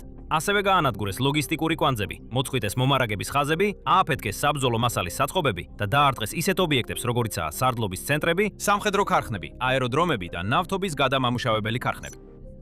ეს უკრაინის ერთ-ერთ ყველაზე ეფექტურ ტაქტიკად დამტკიცდა ბრძოლის ბალანსის შეცვლისა და მტრისთვის მაქსიმალური ზიანის მოკლე დროში მიყენების თვალსაზრისით. თუ ომი ოდესმე უკრაინის საზღვრებს გასცდება და პოლონეთს ან ბალტიის ქვეყნებსაც მოიცავს, ევროპის დანარჩენ ნაწილსაც მოუწევს კიევის მაგალითის მიბაძვა, გონივრულად და ეფექტურად გამოიყენოს შორ მანძილზე ზუსტი იარაღი, რათა რუსეთს ყველაზე მტკივნეულ ადგილას დაარტყას. ევროპის გადაწყვეტილების კიდევ ერთი უეჭველი ფაქტორი შორ მანძილზე დამთქმელი იარაღის განვითარებასთან დაკავშირებით შეერთებულ შტატებს უკავშირდება. შეერთებული შტატები უდავოდ ყველაზე ძლიერი სამხედრო ძესახელმწიფოა პლანეტაზე და მიუხედავად იმისა, რომ ნატოში 32 ქვეყანაა, ამერიკა დიდი ხანია ალიანსის საერთო ძალის უმეტეს ნაწილს უზრუნველყოფს. ევროპის ქვეყნები ძლიერ იყვნენ დამოკიდებული შეერთებულ შტატებზე, არა მხოლოდ დაცვისა და უსაფრთხოების გარანტიებისთვის, არამედ უშუალოდ სამხედრო აღჭურვილობისთვისაც. განსაკუთრებით მაშინ, როდესაც საქმე ეხება იმ ტიპის მაღალტექნოლოგიურ სამხედრო ტექნოლოგიებს, რომლებიც აუცილებელია თანამედროვე ომში. მაგალითად, სატელიტები, პროგრამული უზრუნველყოფა და თანამედროვე გამანადგურებელი თვითმფრინავები. ევროპას წლების განმავლობაში თითქმის არ ჰქონდა სხვა არჩევანი, გარდა იმისა, რომ ამერიკული შეეძინა. ეს ნიშნავდა იმას, რომ თუ ომი დაიწყებოდა რომელიმე ნატოს ქვეყნის მონაწილეობით, ალიანსის წევრები არა მხოლოდ ამერიკის არმიაზე იქნებოდნენ დამოკიდებული საკუთარი დაცვისთვის, არამედ ძირითადად ამერიკაში წარმოებულ აღჭურვილობასა და იარაღსაც გამოიყენებდნენ თავიანთი არმიებისთვის. ბევრ შემთხვევაში ეს იყო არაჯანსაღი და არამდგრადი დამოკიდებულება და ბოლო წლებში ევროპა იძულებული გახდა გადაეხედა ამ დამოკიდებულებისთვის. პრეზიდენტ დონალდ ტრამპის მმართველობის დროს აშშ მოუწოდა ევროპელ ნატოს წევრ ქვეყნებს მეტი თანხა გამოეყო თავიანთი არმიებისთვის. ალიანსის ყველა წევრი შეთანხმდა, რომ 2035 წლისთვის თავიანთი MFP-ს 5%-ს თავდაცვასა და უსაფრთხოებაზე დახარჯავს. ევროპელმა ლიდერებმა ასევე დაიწყეს ინვესტიციების დიციების დივერსიფიკაცია. მაგალითად, პოლონეთმა სამხრეთ კორეიდან K2 ტანკები შეიძინა. ამავდროულად აძლიერებენ საკუთარ თავდაცვის ინდუსტრიებს და ახალ პროექტებს იწყებენ მეზობლებთან ერთად. და ეს გვაბრუნებს იმ 50 მილიარდ დოლარიან ღრმა დარტყმის ინიციატივასთან, რომელიც ჯერჯერობით ყველაზე დიდი და საუკეთესო მაგალითია იმისა, თუ როგორ ადასტურებს ევროპა ერთობლივად თავის მზადყოფნას, ნაკლებად დაეხმნოს აშშ-ში და ბევრად უფრო მეტად დაიცვას საკუთარი თავი, ვიდრე ადრე. ეს არ ნიშნავს, რომ ევროპა წყვეტს ურთიერთობას ამერიკასთან. არც იმას, რომ აპირებს შეწყვიტოს ინვესტირება ამერიკულ სამხედრო ტექნიკაში. ეს უბრალოდ ნიშნავს, რომ ევროპა უნდა გახდეს ნაკლებად დამოკიდებული და უკეთესად მომზადებული საკუთარი ინტერესების დასაცავად. ეს ასევე მკაფიო გზავნილია მოსკოვისთვის. როგორც დიდი ბრიტანეთის საგარეო საქმეთა მინისტრმა ივეტ კუპერმა განაცხადა, ღრმა და ზუსტი დარტყმის შესაძლებლობით დიდი ბრიტანეთი და ჩვენი მოკავშირეები შეძლებენ დაარბენ დაარტყან მაღალი ღირებულების სამხედრო სამიზნეებს და იმ ლოგისტიკურ სისტემებს, რომლებიც არმიების მოქმედებას უზრუნველყოფს. ნებისმიერი აგრესორის შეკავება და ჩვენი საერთო უსაფრთხოების გაძლიერება. ანკარაში ჩვენ უგზავნით მკაფიო გზავნილს პრეზიდენტ პუტინს. ნატო უფრო ძლიერია, უფრო ევროპულია და მზად არის დაიცვას ჩვენი მოქალაქეები მისგან და რუსეთის სახელმწიფოსგან მომდინარე გრძელვადიანი საფრთხის წინააღმდეგ. უკვე დიდი ხანია ჭორები დადის, რომ პუტინს უკრაინაზე ბევრად უფრო შორს აქვს მძერა მიმართული და შესაძლოა მომავალ წლებში ევროპის სხვა ნაწილებზე უფრო მასშტაბური თავდასხმის დაგეგმვას აპირებდეს. ეს განცხადება შეიძლება საკმარისი იყოს, რომ ეს გეგმები განუსაზღვრელი ვადით გადაიდოს. მაგრამ სანამ ავხსნით რატო ვქნით მილიტარი შოუს, მაგიხსნათ როგორ მოქმედებს რეალურად ძალაუფლება. ასე რომ თუ აქ ახალი ხართ, გამოიწერეთ არხი, რომ არ გამოგჩეთ შემდეგი მოვლენები. ეხლა დიდი ბრიტანეთის განცხადებამ უდავოდ განგაში ზარები ამუშავა კრემლის დერეფნებში. მაგრამ ის ნაწილი, რომელიც ნამდვილად უნდა შეაშინოს ვლადიმირ პუტინი, არის ახალი სტელსისა და ჰიპერბგერითი იარაღის ხსენება, რომელთაც 2000 კილომეტრზე მეტი სიშორე აქვთ. ამ დრომდე ევროპის საუკეთესო რაკეტებსაც კი ერთი და იგივე პრობლემა ჰქონდათ: შეზღუდული სიშორე. მაგალითად, Storm Shadow-ს შეუძლია მიზნის დაზიანება მაქსიმუმ 550 კილომეტრზე, ანუ 342 მილზე. Taurus KEPD 350-საც მსგავსი მაქსიმალური სიშორე აქვს, დაახლოებით 500 კილომეტრი, ანუ 310 მილი. MBD-ა მეტეორი კი თავის მხრივ გაშვების წერტილიდან მხოლოდ 200 კილომეტრს, ანუ 120 მილს დაფარავს. ესენი ყველა მოწინავე რაკეტებია, მრავალი უნიკალური ფუნქციითა და უპირატესობით, მაგრამ მათი რეალური გამოყენება შეზღუდულია იმით, რომ ისინი მხოლოდ გარკვეულ მანძილზე შეუძლიათ ფრენა. ჰიპოთეტურ ომში რუსეთთან ასეთი იარაღის გამოყენების შესაძლებლობა შეზღუდული იქნებოდა. მაგალითად, ევროპას არ ექნებოდა შესაძლებლობა, რომ მხოლოდ Storm Shadow-სა და Taurus-ის მსგავსი რაკეტებით დაერტყა ლოგისტიკურ კვანძებსა და სამხედრო ინფრასტრუქტურაზე რუსეთის შიდა რეგიონებში. თუმცა, როგორც კი ეს ახალი პროგრამა შედეგს გამოიღებს, ყველაფერი შეიძლება. თუ მის განკარგულებაში ჰიპერბგეროვანი შორი მოქმედების რაკეტა იქნება, ევროპისთვის უამრავი ახალი სამიზნე ხელმისაწვდომი გახდება. ამ სამიზნეებს შეიძლება შორის იყოს რუსეთის სარდლობის ცენტრები, ავიაბაზები, სატრანსპორტო ქსელები, სამხედრო საწარმოები და კონკრეტული სტრატეგიული ობიექტები, როგორიცაა ბომბდამშენთა ფლოტები და საჰაერო თავდაცვის სისტემები. რადგან ესენი ზუსტი იარაღებია უმაღლესი სიზუსტით და მინიმალური შეცდომის ალბათობით. შესაძლებელი იქნება, რომ ევროპის ნატოს ქვეყნებმა, მაგალითად პოლონეთიდან, რუმინეთიდან ან ბალტიის ქვეყნებიდან გაუშვან რაკეტები დასავლეთ რუსეთის მასშტაბით არსებულ სამიზნეებზე და თვალის დახამხამებაში გაანადგურონ ტრის ობიექტები და ინფრასტრუქტურა. თუ წარმოვიდგენთ ჰიპოთეტურ ბალტიის შემოჭრას, მაგალითად, როდესაც რუსული ძალები გადაკვეთენ საზღვარს ესტონეთში ან ლატვიაში, ევროპას ექნება საჭირო იარაღი არა მხოლოდ ამ ადგილების დასაცავად, არამედ რუსეთის ლოგისტიკის დასაშლელად და პუტინის აგრესიის დასასჯელადაც. შეიძლება დაარტყას მომარაგების მარშრუტებს, შეკრების ადგილებს, საბრძოლო მასალის საწყობებსა და შტაბებს ფრონტის ხაზიდან შორს, რაც რუსეთს კონფლიქტის გაგრძელებას უფრო რთულსა და ძვირადღირებულს გახდის. მაგალითად, თუ სარკინიგზო კვანძები წყობრიდან გამოვა, ხიდები განადგურდება და აეროდრომები დაიწვის. კრემლის ძალებს ბევრად გაუჭირდებათ ჯარისკაცების, იარაღის, საბრძოლო მასალის, საკვების და საწვავის ფრონტის ხაზზე გადაყვანა. ეს თავის მხრივ არმიას წინსვლას გაურთულებს, ხოლო იმ ქვეყნებს, რომლებშიც შეიჭრებიან, თავდაცვას გაუადვილებს. იმის გათვალისწინებით, თუ რამდენად არის თანამედროვე ომი ლოგისტიკაზე დამოკიდებული, ასეთი უწყვეტი დარტყმები საბოლოოდ შეიძლება აიძულოს რუსეთი, მთლიანად უარი თქვას ომზე და გაიყვანოს თავისი ძალები. თუმცა აუცილებელი არ არის საქმე იქამდე მივიდეს. რადგან შესაძლოა ამ ახალ ევროპულ რაკეტებს ყველაზე მნიშვნელოვანი როლი არა ავიაბაზების დაბომბვაში ან მომარაგების ხაზების აფეთქაფეთქებაში, არამედ შეკავებაში ეკისრებათ. ევროპას შეიძლება არც კი დასჭირდეს თავისი რაკეტებიდან რომელიმეს გაშვება. მათი ფლობა შეიძლება საკმარისი იყოს იმისთვის, რომ რუსეთი დააფრთხოს და არ დაუშვას აგრესიული ქმედებები ნატოს ან ევროკავშირის წინააღმდეგ. დიდი ხნის განმავლობაში პუტინი ძლიერ პოზიციაში იყო. მან წლები და ტრილიონობით რუბლი დახარჯა მსოფლიოს ერთ-ერთი ყველაზე დიდი არმიის შექმნაზე. მაშინ როცა ევროპული ქვეყნები თავიანთ ფინანსებს სხვა მიმართულებით იყენებდნენ, რუსეთი განაგრძობდა უზარმაზარი თანხების ჩადებას ტანკებში, რაკეტებსა და დრონებში. მაშინ როცა ევროპა თავის ძველ ტანკებსა და ჯავშანტექნიკას განვითარებად ქვეყნებს ყიდდა, რუსეთი საბჭოთა ეპოქის რესურსებს უზარმაზარ საწყობებში აგროვებდა. მაშინ როცა ევროპის არმიები სუსტებოდნენ, რუსეთის არმია ძლიერდებოდა. პუტინს მაინც მოუწევდა აშშ-ის შესაძლო ქმედების საფრთხესთან განკლავება, თუ გადაწყვეტდა ნატოზე თავდასხმას. მაგრამ მან იცოდა, რომ მარტო ევროპას გაუჭირდებოდა თავის დაცვა.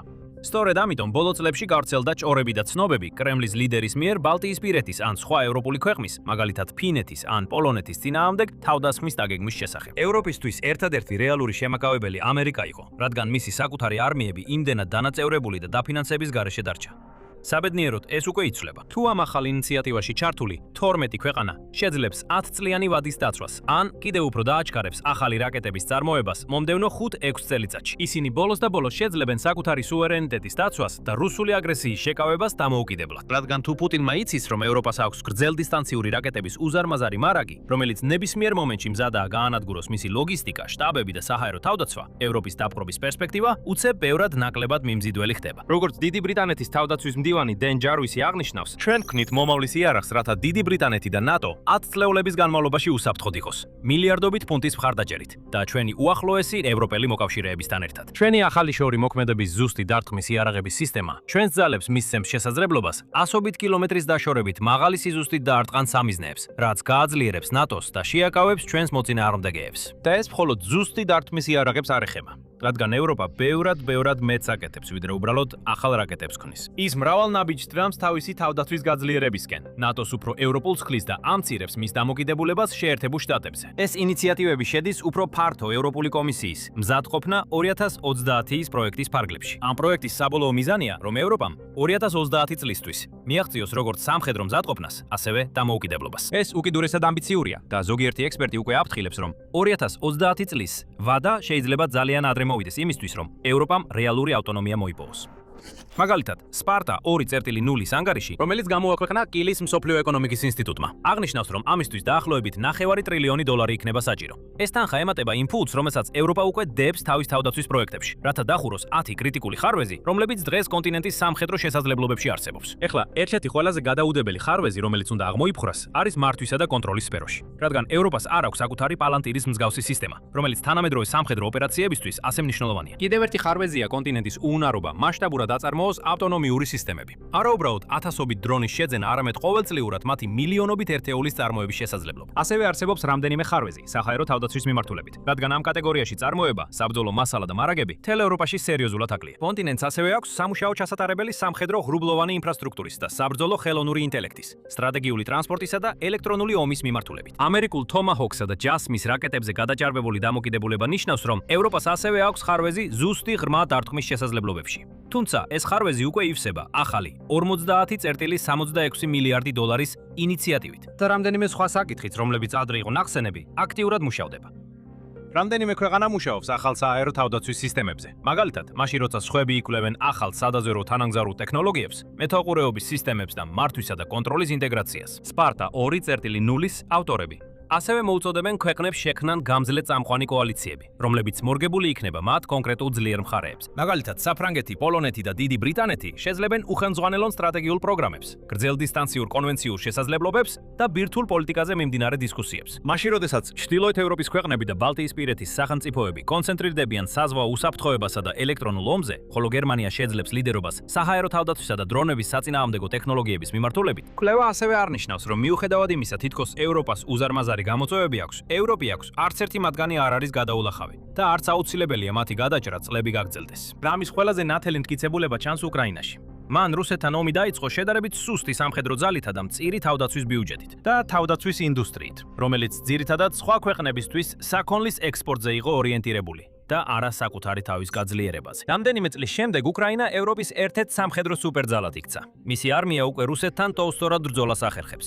თავდაცვის ინდუსტრია მნიშვნელოვნად განვითარდა და გაფართოვდა, ხოლო დრონების ომის სფეროში მსოფლიო ლიდერი გახდა. ახლა კი უკრაინა თავად აწარმოებს თავის თავდაცვის სისტემებსა და იარაღს, მათ შორის შორ მანძილზე მოქმედ რაკეტებს, როგორიცაა Long Neptune და Flamingo. უკრაინამ სოგარს საკუთარი პალანტირის სტილის ღრუბლოვანზე დაფუძნებული სიტუაციური ცნობიერებისა და ბრძოლის ველის მართვის სისტემა შექმნა Delta სულ რაღაც 18 თვეში, რომელიც მას შემდეგ აღიარებულია როგორც აშშ-ს გარეთ თავისი ტიპის ერთ-ერთი საუკეთესო სისტემა.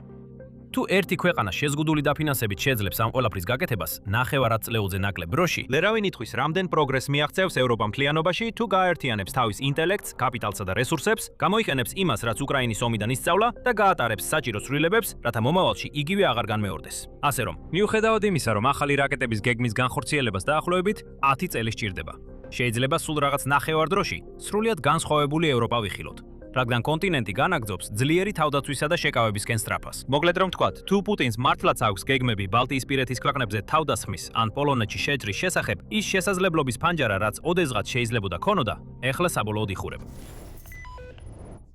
საიდუმლო არ არის, რომ ბოლო კვირებში უკრაინის სამხედრო ხელმძღვანელობაში ქაოსია. ყოფილი თავდაცვის მინისტრი მიხაილო ფედოროვი თანამდებობიდან წავიდა. როგორც ჩანს, ის თანამდებობიდან გაათავისუფლეს მას შემდეგ, რაც პოლიტიკურ დაპირისპირებაში წააგო უკრაინის შეიარაღებული ძალების მთავარსარდალ ალექსანდრ სირსკისთან. უნდა თქვათ, ყოფილი მთავარსარდალი სირსკიც წავიდა. პოპულარული ფედოროვის გადაყენების გამო უკმაყოფილების მსხვერპლი. პუტინი ამ ყველაფერს უზარმაზარი ღიმილით უყურებდა. მაგრამ ეს ღიმილი მთლიანად გაქრა. მოწოლილი არეულობის შემდეგ გარდამტეხი მომენტი დგება. ვიღაცა ლეგენდარული, ახლა უკრაინის არმიის მეთაურია. ის ბრძოლის ლეგენდაა, რუსეთის ყველაზე დიდი კოშმარი და ის მოვიდა, რომ უკრაინას რუსული საომარი მანქანის დამარცხებაში უხელმძღვანელოს. პუტინს ძალიან უნდა ეშინოდეს. აგიხსნით რატომ? 24 ივლისს ყველაფერი ოფიციალურად გამოცხადდა. უკრაინის შეიარაღებული ძალების ახალი მთავარსარდალი მიხაილო დრაპაჩი მსოფლიოს წარუდგინეს.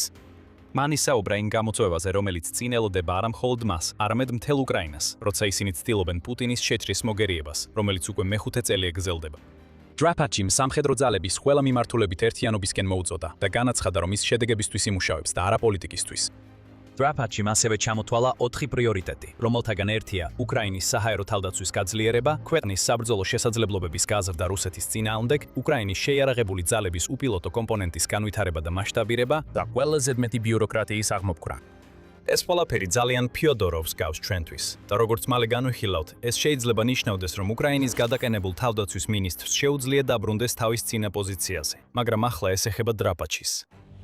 გითხარით, რომ ის რუსეთისთვის კოშმარია და რომ გაიგოთ რატო, წაგიყვანთ სამხრეთ-აღმოსავლეთ ქალაქ მარიუპოლში. 2014 წლის მაისში პრორუსმა სეპარატისტებმა ააშენეს ბარიკადა, რათა უკრაინის არმიას არ დაებრუნებინა კონტროლი ქალაქზე. ეს ბარიკადა ვერ გაუძლო. მიზეზი იყო ის, რომ ჯავშან მანქანა გიჟურის სიჩქარით შეეჯახა მას და გაარღვია ის, რაც სეპარატისტებს ჰქონდათ აშენებული. ამ ხრელმა კიდევ ერთ ჯავშან მანქანას მისცა საშუალება გაევლო და შიგნით მყოფმა ჯარისკაცებმა გადაარჩინეს პოლიციის ოფიცრები, რომლებსაც სეპარატისტები მარიუპოლის შინაგან საქმეთა სამინისტროს შენობაში მძევლად ჰყავდათ აყვანილი. იმ მანქანაში, რომელმაც ბარიკადები გაანგრია, ერთ-ერთი მყოფი იყო მიხაილო დრაპაჩი. ერთ-ერთ შემთხვევაში დრაპაჩი გმირი გახდა. მისი გმირობის ვიდეო მთელ სოციალურ ქსელებში გავრცელდა, რადგან ახალგაზრდა ჯარისკაცმა აღიარება მიიღო იმისთვის, რომ როგორღაც თავისი დანაყოფი უიმედო მდგომარეობიდან გამარჯვებამდე მიიყვანა. რა თქმა უნდა, ერთი ვირუსული გმირობის აქტი არ ნიშნავს, რომ ეს უკრაინის შეიარაღებული ძალების მთავარსარდლად დანიშვნის საკმარისი საფუძველია. თუმცა რაც დრაპაჩის გმირობამ 2014 წელს უკრაინას უჩვენა, იყო ის, რომ ის არის ადამიანი, რომელიც სიტუაციებს მტკიცედ მართავს. ის არ ცდილობს თავი შეიკავოს, ის იბრძვის გამარჯვებისთვის. უკრაინას ახლა სწორედ ეს სჭირდება და მისი ჯარისკაცები მოხარულნი არიან ბოლო დანიშვნით. დღევანდელ უკრაინაში ამ პოზიციაზე უკეთესი ადამიანი არ არსებობს. უთხრა ერთმა ჯარისკაცმა BBC-ს და მიანიშნა, რომ დრაპაჩი ბევრად მეტია ვიდრე ერთი ვიდეო, სადაც ის ჯავშან მანქანით ბარიკადას ანგრევს. კიდევ ერთმა ანონიმურმა ოფიცერმა, რომელმაც 2025 წლის ივნისში ისაუბრა ახალ მთავარსარდალზე, თქვა: დრაპაჩი შედარებით ახალგაზრდა გენერალია. ის ნიჭიერია. მას ყოველთვის აგზავნიდნენ ისეთ ადგილებში, სადაც მდგომარეობა უკიდურესად რთული იყო. კიდევ ერთი ჯარისკაცი, არტემ კურიაკინი, ამბობს გამოცემა Kievan Independent-თან საუბარში, რომ დრაპაჩი უზარმაზარ პატივისცემას იმსახურებს უკრაინის სამხედროებში, რაც ძალიან რთული მისაღწევი. ცხადია, ამ ახალგაზრდა გენერალში ბევრად მეტი რამ არის, ვიდრე ერთი ვიდეოსგან ჩანს. თუმცა ალბათ საუკეთესო გზა იმის გასაგებად, თუ რამდენად მნიშვნელოვანი იქნება ეს ახალი დანიშვნა უკრაინისთვის, არის რუსი ოკუპანტების რეაქციები, როცა მათ ეს ამბავი გაიგეს. რუსები გაბრაზებულები არიან. მათ იციან, რომ დრაპაჩი ძალიან საშიში ადამიანია. 22 ივლისის ანგარიშში, რომელიც Kyiv Independent-ში გამოქვეყნდა კენერლის ოფიციალურ წარდგენამდე, ეს ხაზგასმულია. რუსი სამხედრო ბლოგერი კირილ ფედოროვი, რომელსაც თავისი ტელეგრამის არხზე 500,000 გამომწერი ჰყავს, სწრაფადვე ატეხა განგაში, როცა გააზიარა უკვე ცნობილი ვიდეო ჯავშან ტექნიკის შესახებ. ის გძულს და მუდმივად გძულს. ეს ნიშნავს, რომ ის ეცდება მოკკლას. მიუხედავად ნებისმიერი ისმიერი მორალური შეზღუდვისა, ფედოროვმა თავისი აზრი გამოთქვა. მიანიშნა, რომ დრაპაჩი არის ადამიანი, რომელიც არავითარ მოწყალებას არ გამოიჩენს რუსი ოკუპანტების მიმართ. სხვებმა დრაპაჩის ასაკზე მიუთითეს როგორც შეშფოთების მიზეზზე. ის 43 წლისაა და უკრაინის სამხედრო ძალებში თანამდებობრივად წინ წაიწია. ომი კი ბატალიონის მეთაურის რანგში დაიწყო. კიდევ ერთმა ბლოგერმა აღნიშნა, მიუთითა, რომ ეს ძალიან ცუდი ამბავია რუსეთისთვის. ეს ნიშნავს, რომ დრაპაჩის ფრონტის ხაზი უნახავს, იცის რა არის საჭირო და განსხვავებით მის წინამორბედისგან, თანამედროვე ომის წესებშია გაწურთნილი და არა საბჭოთა ეპოქის ბრძოლაში. ზოგადი აზრი ასეთია, რომ დრაპაჩი უკრაინის შეიარაღებულ ძალებს, განსაკუთრებით კი უპილოტო დანაყოფებს, შეზღუდვებს მოუხსნის. თუ ასე მოხდა, ეს კატასტროფული იქნება რუსი ჯარისკაცებისთვის ადგილზე. ყოველ შემთხვევაში ასე ამბობენ რუსები. მაგრამ მთელი ეს ხმაური, ვირუსული ვიდეოები და რუსული შიში რომს დავივიწყოთ, კითხვები მაინც რჩება. ვინ არის მიხაილ დრაპაჩი სინამდვილეში და არის კი ის ადამიანი, რომელსაც შეუძლია უკრაინა რუსეთზე გამარჯვებამდე მიიყვანოს? პირველი ამ კითხვებიდან, რაც თანამდვილებით ვიცით, არის ის, რომ დრაპაჩი ძალიან განსხვავდება მის წინამორბედ, ოლექსანდრ სივსკისგან. მიუხედავად იმისა, რომ მათ შორის მხოლოდ 17 წელია განსხვავება, ეს ორი ადამიანი სამხედრო აზროვნების სრულიად განსხვავებული სკოლებიდან მოდიან. სირსკი უკრაინისთვის მნიშვნელოვანი ფიგურაა. 4-ვარსკვლავიანი გენერლის ტაქტიკა გადამწყვეტი იყო რუსეთის მცდელობისას დაეპყრო კიევი 2022 წლის დასაწყისში. რადგან სწორედ მისი დამსახურებაა, რომ უკრაინამ შეძლო პუტინის მიერ ქალაქისკენ გაგზავნილი მექანიზებული კოლონებისთვის მანევრებით ეჯობნა. სივსკის ასევე მიაწერენ, რომ ის იდგა უკრაინის კურსკში საპასუხო შეჭრის უკან 2024 წლის აგვისტოში, რაც პუტინს საშინაო მდგომარეობაში აკენებს, რადგან გამოაჩინა რუსეთის ეგრეთ წოდებული დიდი დამცველი როგორც ადამიანი, რომელიც მეორე მსოფლიო ომის შემდეგ პირველად დაუშვებდა რუსეთის მიწაზე შეჭრას. თუმცა სირსკი ომს უფრო და უფრო ძველმოდურადაც აწარმოებდა.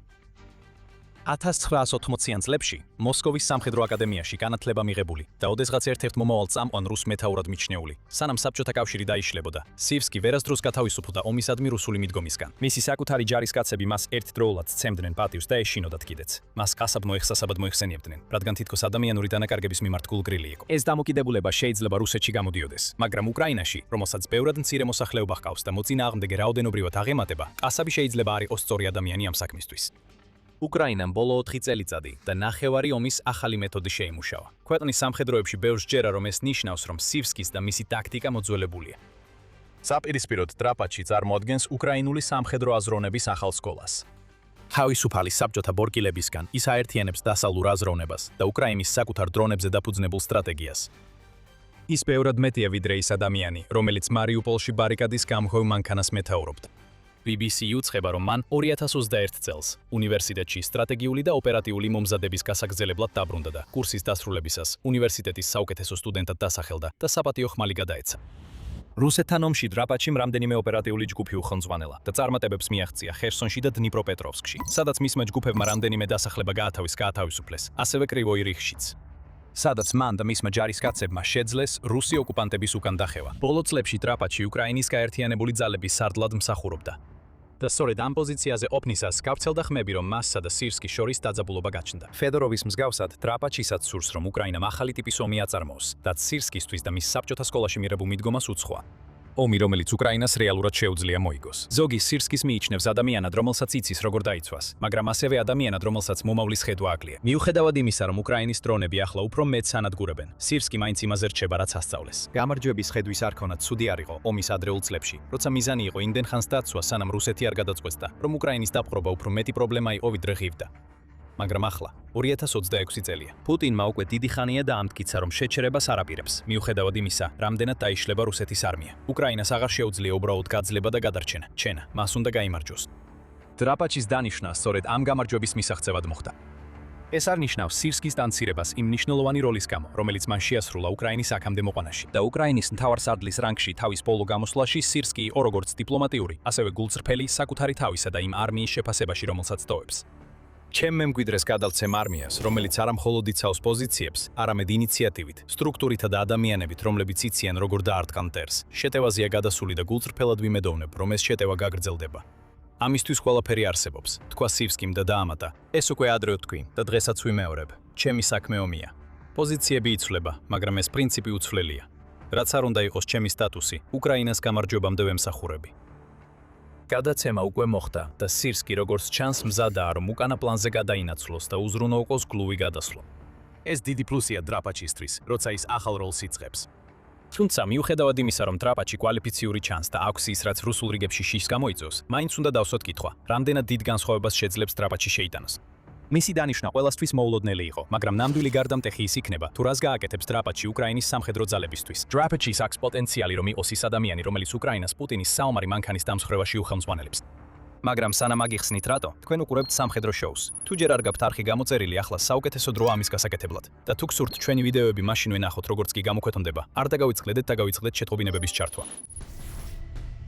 ერთია, რაც დრაპაჩი უკრაინის არმიას ყველაზე მეტად მოუტანს. ეს არის იმედი. ჩვენ ამას ვხედავთ იმ ჯარისკაცების სიტყვებში, რომლებიც მის ქვეშ მსახურებას აპირებენ და აღნიშნავენ, რომ დრაპაჩი იმ ოფიცერთა ახალი თაობის ნაწილია, რომლებიც ომის დროს ჩამოყალიბდნენ. ყოფილმა თავდაცვის მინისტრმა მიხაილ ფედოროვმაც ასევე შთააგონა მსგავსი იმედი.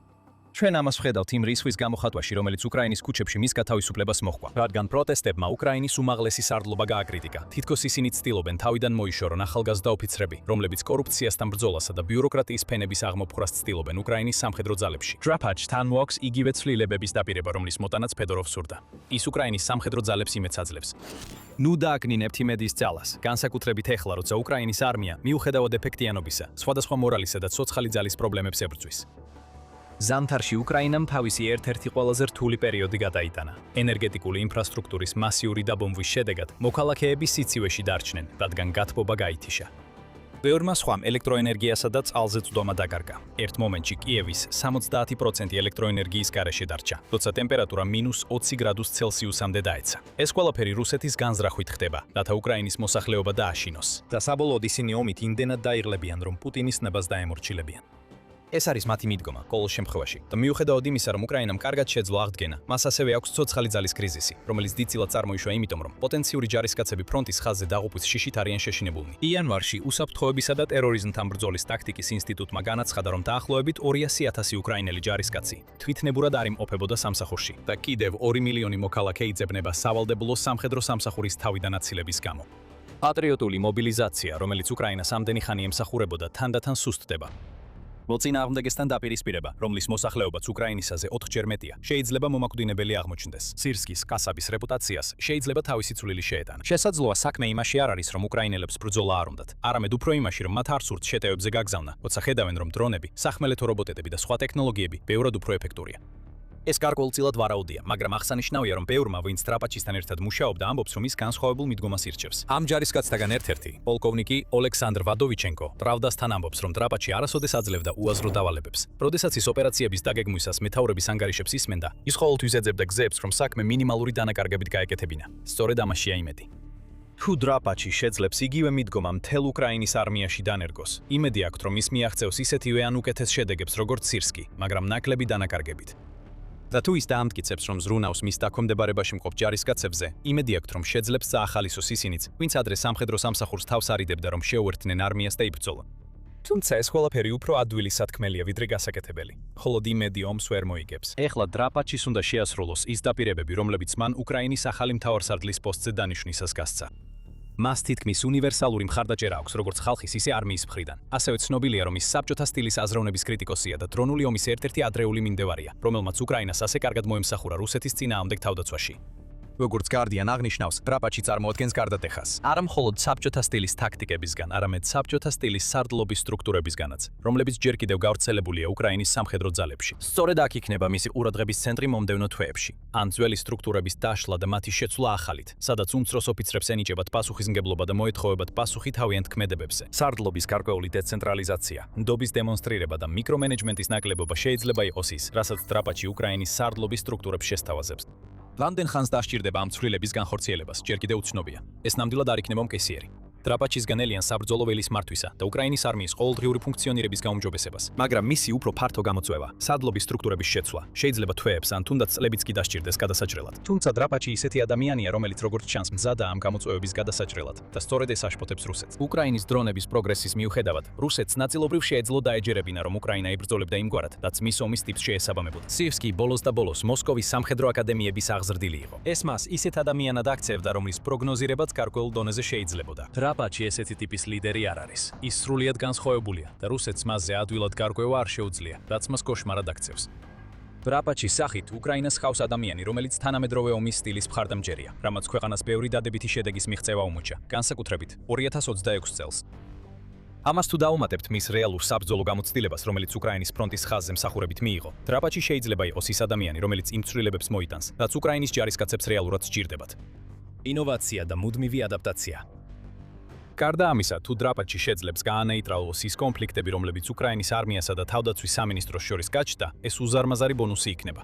და ეს საინტერესოა, ისევ გვაბრუნებს იმ ადამიანთან, რომელიც ვიდეოს დასაწყისში ვახსენეთ, მიხაილ ფედოროვთან. ადრე ვახსენეთ, რომ დრაპაჩისა და ფედოროვის მიზნები უკრაინის სამხედრო ძალებისთვის ერთმანეთს ემთხვევა. ფედოროვის დაკარგვაზე ატეხილი აჟიოტაჟი არც დრაპაჩის ყურადღებას გამორჩებოდა და არც უკრაინის პრეზიდენტ ვოლოდიმირ ზელენსკის. შეიძლება თუ არა დრაპაჩის დანიშვნამ გზა გაუხსნას ფედოროვს, რომ დაბრუნდეს იმ პოზიციაზე, საიდანაც რამდენიმე კვირის წინ მოხსნეს.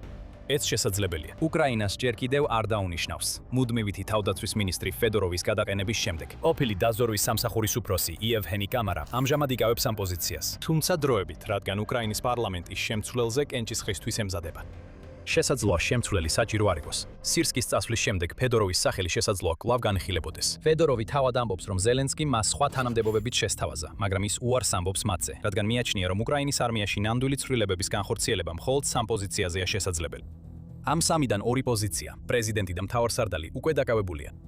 მესამე კი ის როლია, რომელსაც ფედოროვი სულ რამდენიმე კვირის წინ ასრულებდა, თავდაცვის მინისტრი. ფედოროვმა უარი თქვა ვიცე-პრემიერის როლზეც კი, რითაც აჩვენა თავისი რწმენა იმ საქმისადმი, რომელსაც ის მნიშვნელოვნად მიიჩნევს. რაპაჩიც, როგორც ჩანს, ფედოროვის მხარდამჭერია. როცა ფედოროვი და სირსკი ივლისის დასაწყისში ერთმანეთს დაუპირისპირდნენ, რაპაჩი ფედოროვის მხარდასაჭერად გამოვიდა და მას თავდაცვის სამინისტროში შეიარაღებული ძალების პარტნიორი უწოდა. და ადამიანი, რომელიც არა მხოლოდ ჩვენ საჭიროებებს აკმაყოფილებს, არამედ ხელს უწყობს მიდგომების შეცვლას, უფრო სწრაფი გადაწყვეტილებების მიღებას და მხარს უჭერს მათ, ვინც მზადაა ამ გადაწყვეტილებებზე პასუხისმგებლობა აისმგებლობა აიღოს. ფედოროვი როგორც ჩანს ანალოგიურად პასუხობს, რადგან ზელენსკისთან შეხვედრების დროს რაპაჩის მხარი დაუჭირა, სადაც პრავდას ინფორმაციით ის ამტკიცებდა, რომ რაპაჩისთვის მიეცათ ის თანამდებობა, რომელიც ახლა უკავია. აქ გარკვეულ სინერგიას ვხედავთ. დიდი პოტენციალია, რომ უკრაინის სამხედრო ძალებმა და თავდაცვის სამინისტრომ უკეთესად შეატახმონ მოქმედებები ვიდრე ოდესმე აქამდე. ასებული ბარიერი შეიძლება თავად ზელენსკი იყოს. იქნება თუ არა ის მზად, გადაყლაპოს სიამაყე და ფიოდოროვი დააბრუნოს. სირსკის გადაყენება მიუთითებს, რომ ეს შესაძლებელია, თუმცა რა თქმა უნდა, ეს ყველაფერი მხოლოდ ვარაუდია. თუმცა აქ გაგვიკვირდება თუ ფიოდოროვის დაბრუნებას ვიხილავთ, რაც უკრაინისთვის გარდაქმნის პერიოდის დასაწყისს მოასწავებს, როდესაც ქვეყანა საბოლოოდ გათავისუფლდება თავისი საბჭოთა წარსულის უკანასკნელი ბორკილებისგან. რაც არ უნდა მოხდეს შემდეგ, ტრაპაჩიმ სწრაფად უნდა იმოქმედოს. სექტემბერი სწრაფად ახლოვდება და მიუხედავად იმისა, რომ უკრაინამ შესანიშნავად მოიგერია რუსეთმა, 2026 წელს დაწყებული გაზაფხულისა და ზაფხულის შეტევა შემოდგომის მოსვლასთან ერთად კიდევ მეტი საფრთხე გამოჩნდება. ვრცელდება ინფორმაცია, რომ სექტემბერში შეტევა დაიწყება. ასევე არსებობს ხმები, რომ შესაძლოა სწორედ შემოდგომაზე მოუწიოს პუტინს საბოლოოდ რთული გადაწყვეტილების მიღება და მობილიზაცია თავის ხალხს მოახვიოს. ზელენსკიმ 24 ივლისს ამის შესახებ გააფრთხილა და თქვა, რომ პუტინი, სავარაუდოდ სექტემბერში რუსეთის საპარლამენტო არჩევნების შემდეგ ფართომასშტაბიან მობილიზაციას დაიწყებს. პუტინი აპირებს ამ ომის გაფართოებას. მას სჭირდება მეტი რუსი, რომ შეტევებში მიიღონ მონაწილეობა. გვაქვს დაზორვის ინფორმაცია, რომ რუსეთი ამ შემოდგომაზე სერიოზულ მობილიზაციას ამზადებს. განაცხადა ზელენსკიმ თავის ყოველდღიურ საღამოს მიმართვაში. თუ ასეა, მაშინ იმ გმირმა, რომელიც უკრაინამ ახლახან დანიშნა მთავარსარდლად, სწრაფად უნდა იმოქმედოს. ბედნიერება და იმედი, რომელიც მის დანიშვნას ახლავს, უსასრულო არ არის. რაც უკრაინას ნამდვილად სჭირდება, ეს შედეგებია და ტრაპაჩიმ ეს უნდა უზრუნავკოს.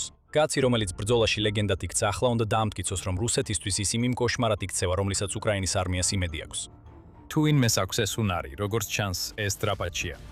შემდეგი რამდენიმე თვე გადამწყვეტი იქნება. ამ თვეებმა შეიძლება ან უკრაინის, ან რუსეთის ბედი გადაწყვიტოს. ერთი რეგიონი, რომელიც უკრაინის ახალი მთავარსარდლის დაუპოვნებელი ყურადღების ცენტრში იქნება კონსტანტინივკა. რუსეთმა განაცხადა, რომ მან აიღო ეს მნიშვნელოვანი ციხესიმაგრე ქალაქი. სინამდვილეში ასე არ მოხდა, არც კი მიუახლოვდნენ. ამის ნაცვლად უკრაინამ რუსი ჯარისკაცები ქალაქში გენიალურ მახეში შეიტყვა და ამ მახის ამის ამოქმედებით მათ დიდი დანაკარგები მიატენა. ეს არის იმ ტიპის ოპერაცია, რომელიც ტრაპაჩიმ უნდა განავითაროს და ყველაფერს ამის შესახებ შეგიძლიათ გაეცნოთ ჩვენი ვიდეოს ყურებით. თუ მოგეწონათ ეს ვიდეო, არ დაგავიწყდეთ გამოიწეროთ სამხედრო შოუ და დააწყაპუნოთ შეტყობინების ზარზე, რომ ნახოთ მეტი ჩვენი ვიდეო უკრაინის სამხედრო ძალებში მიმდინარე ცვლილებების შესახებ. და როგორც ყოველთვის, მადლობა ყურებისთვის.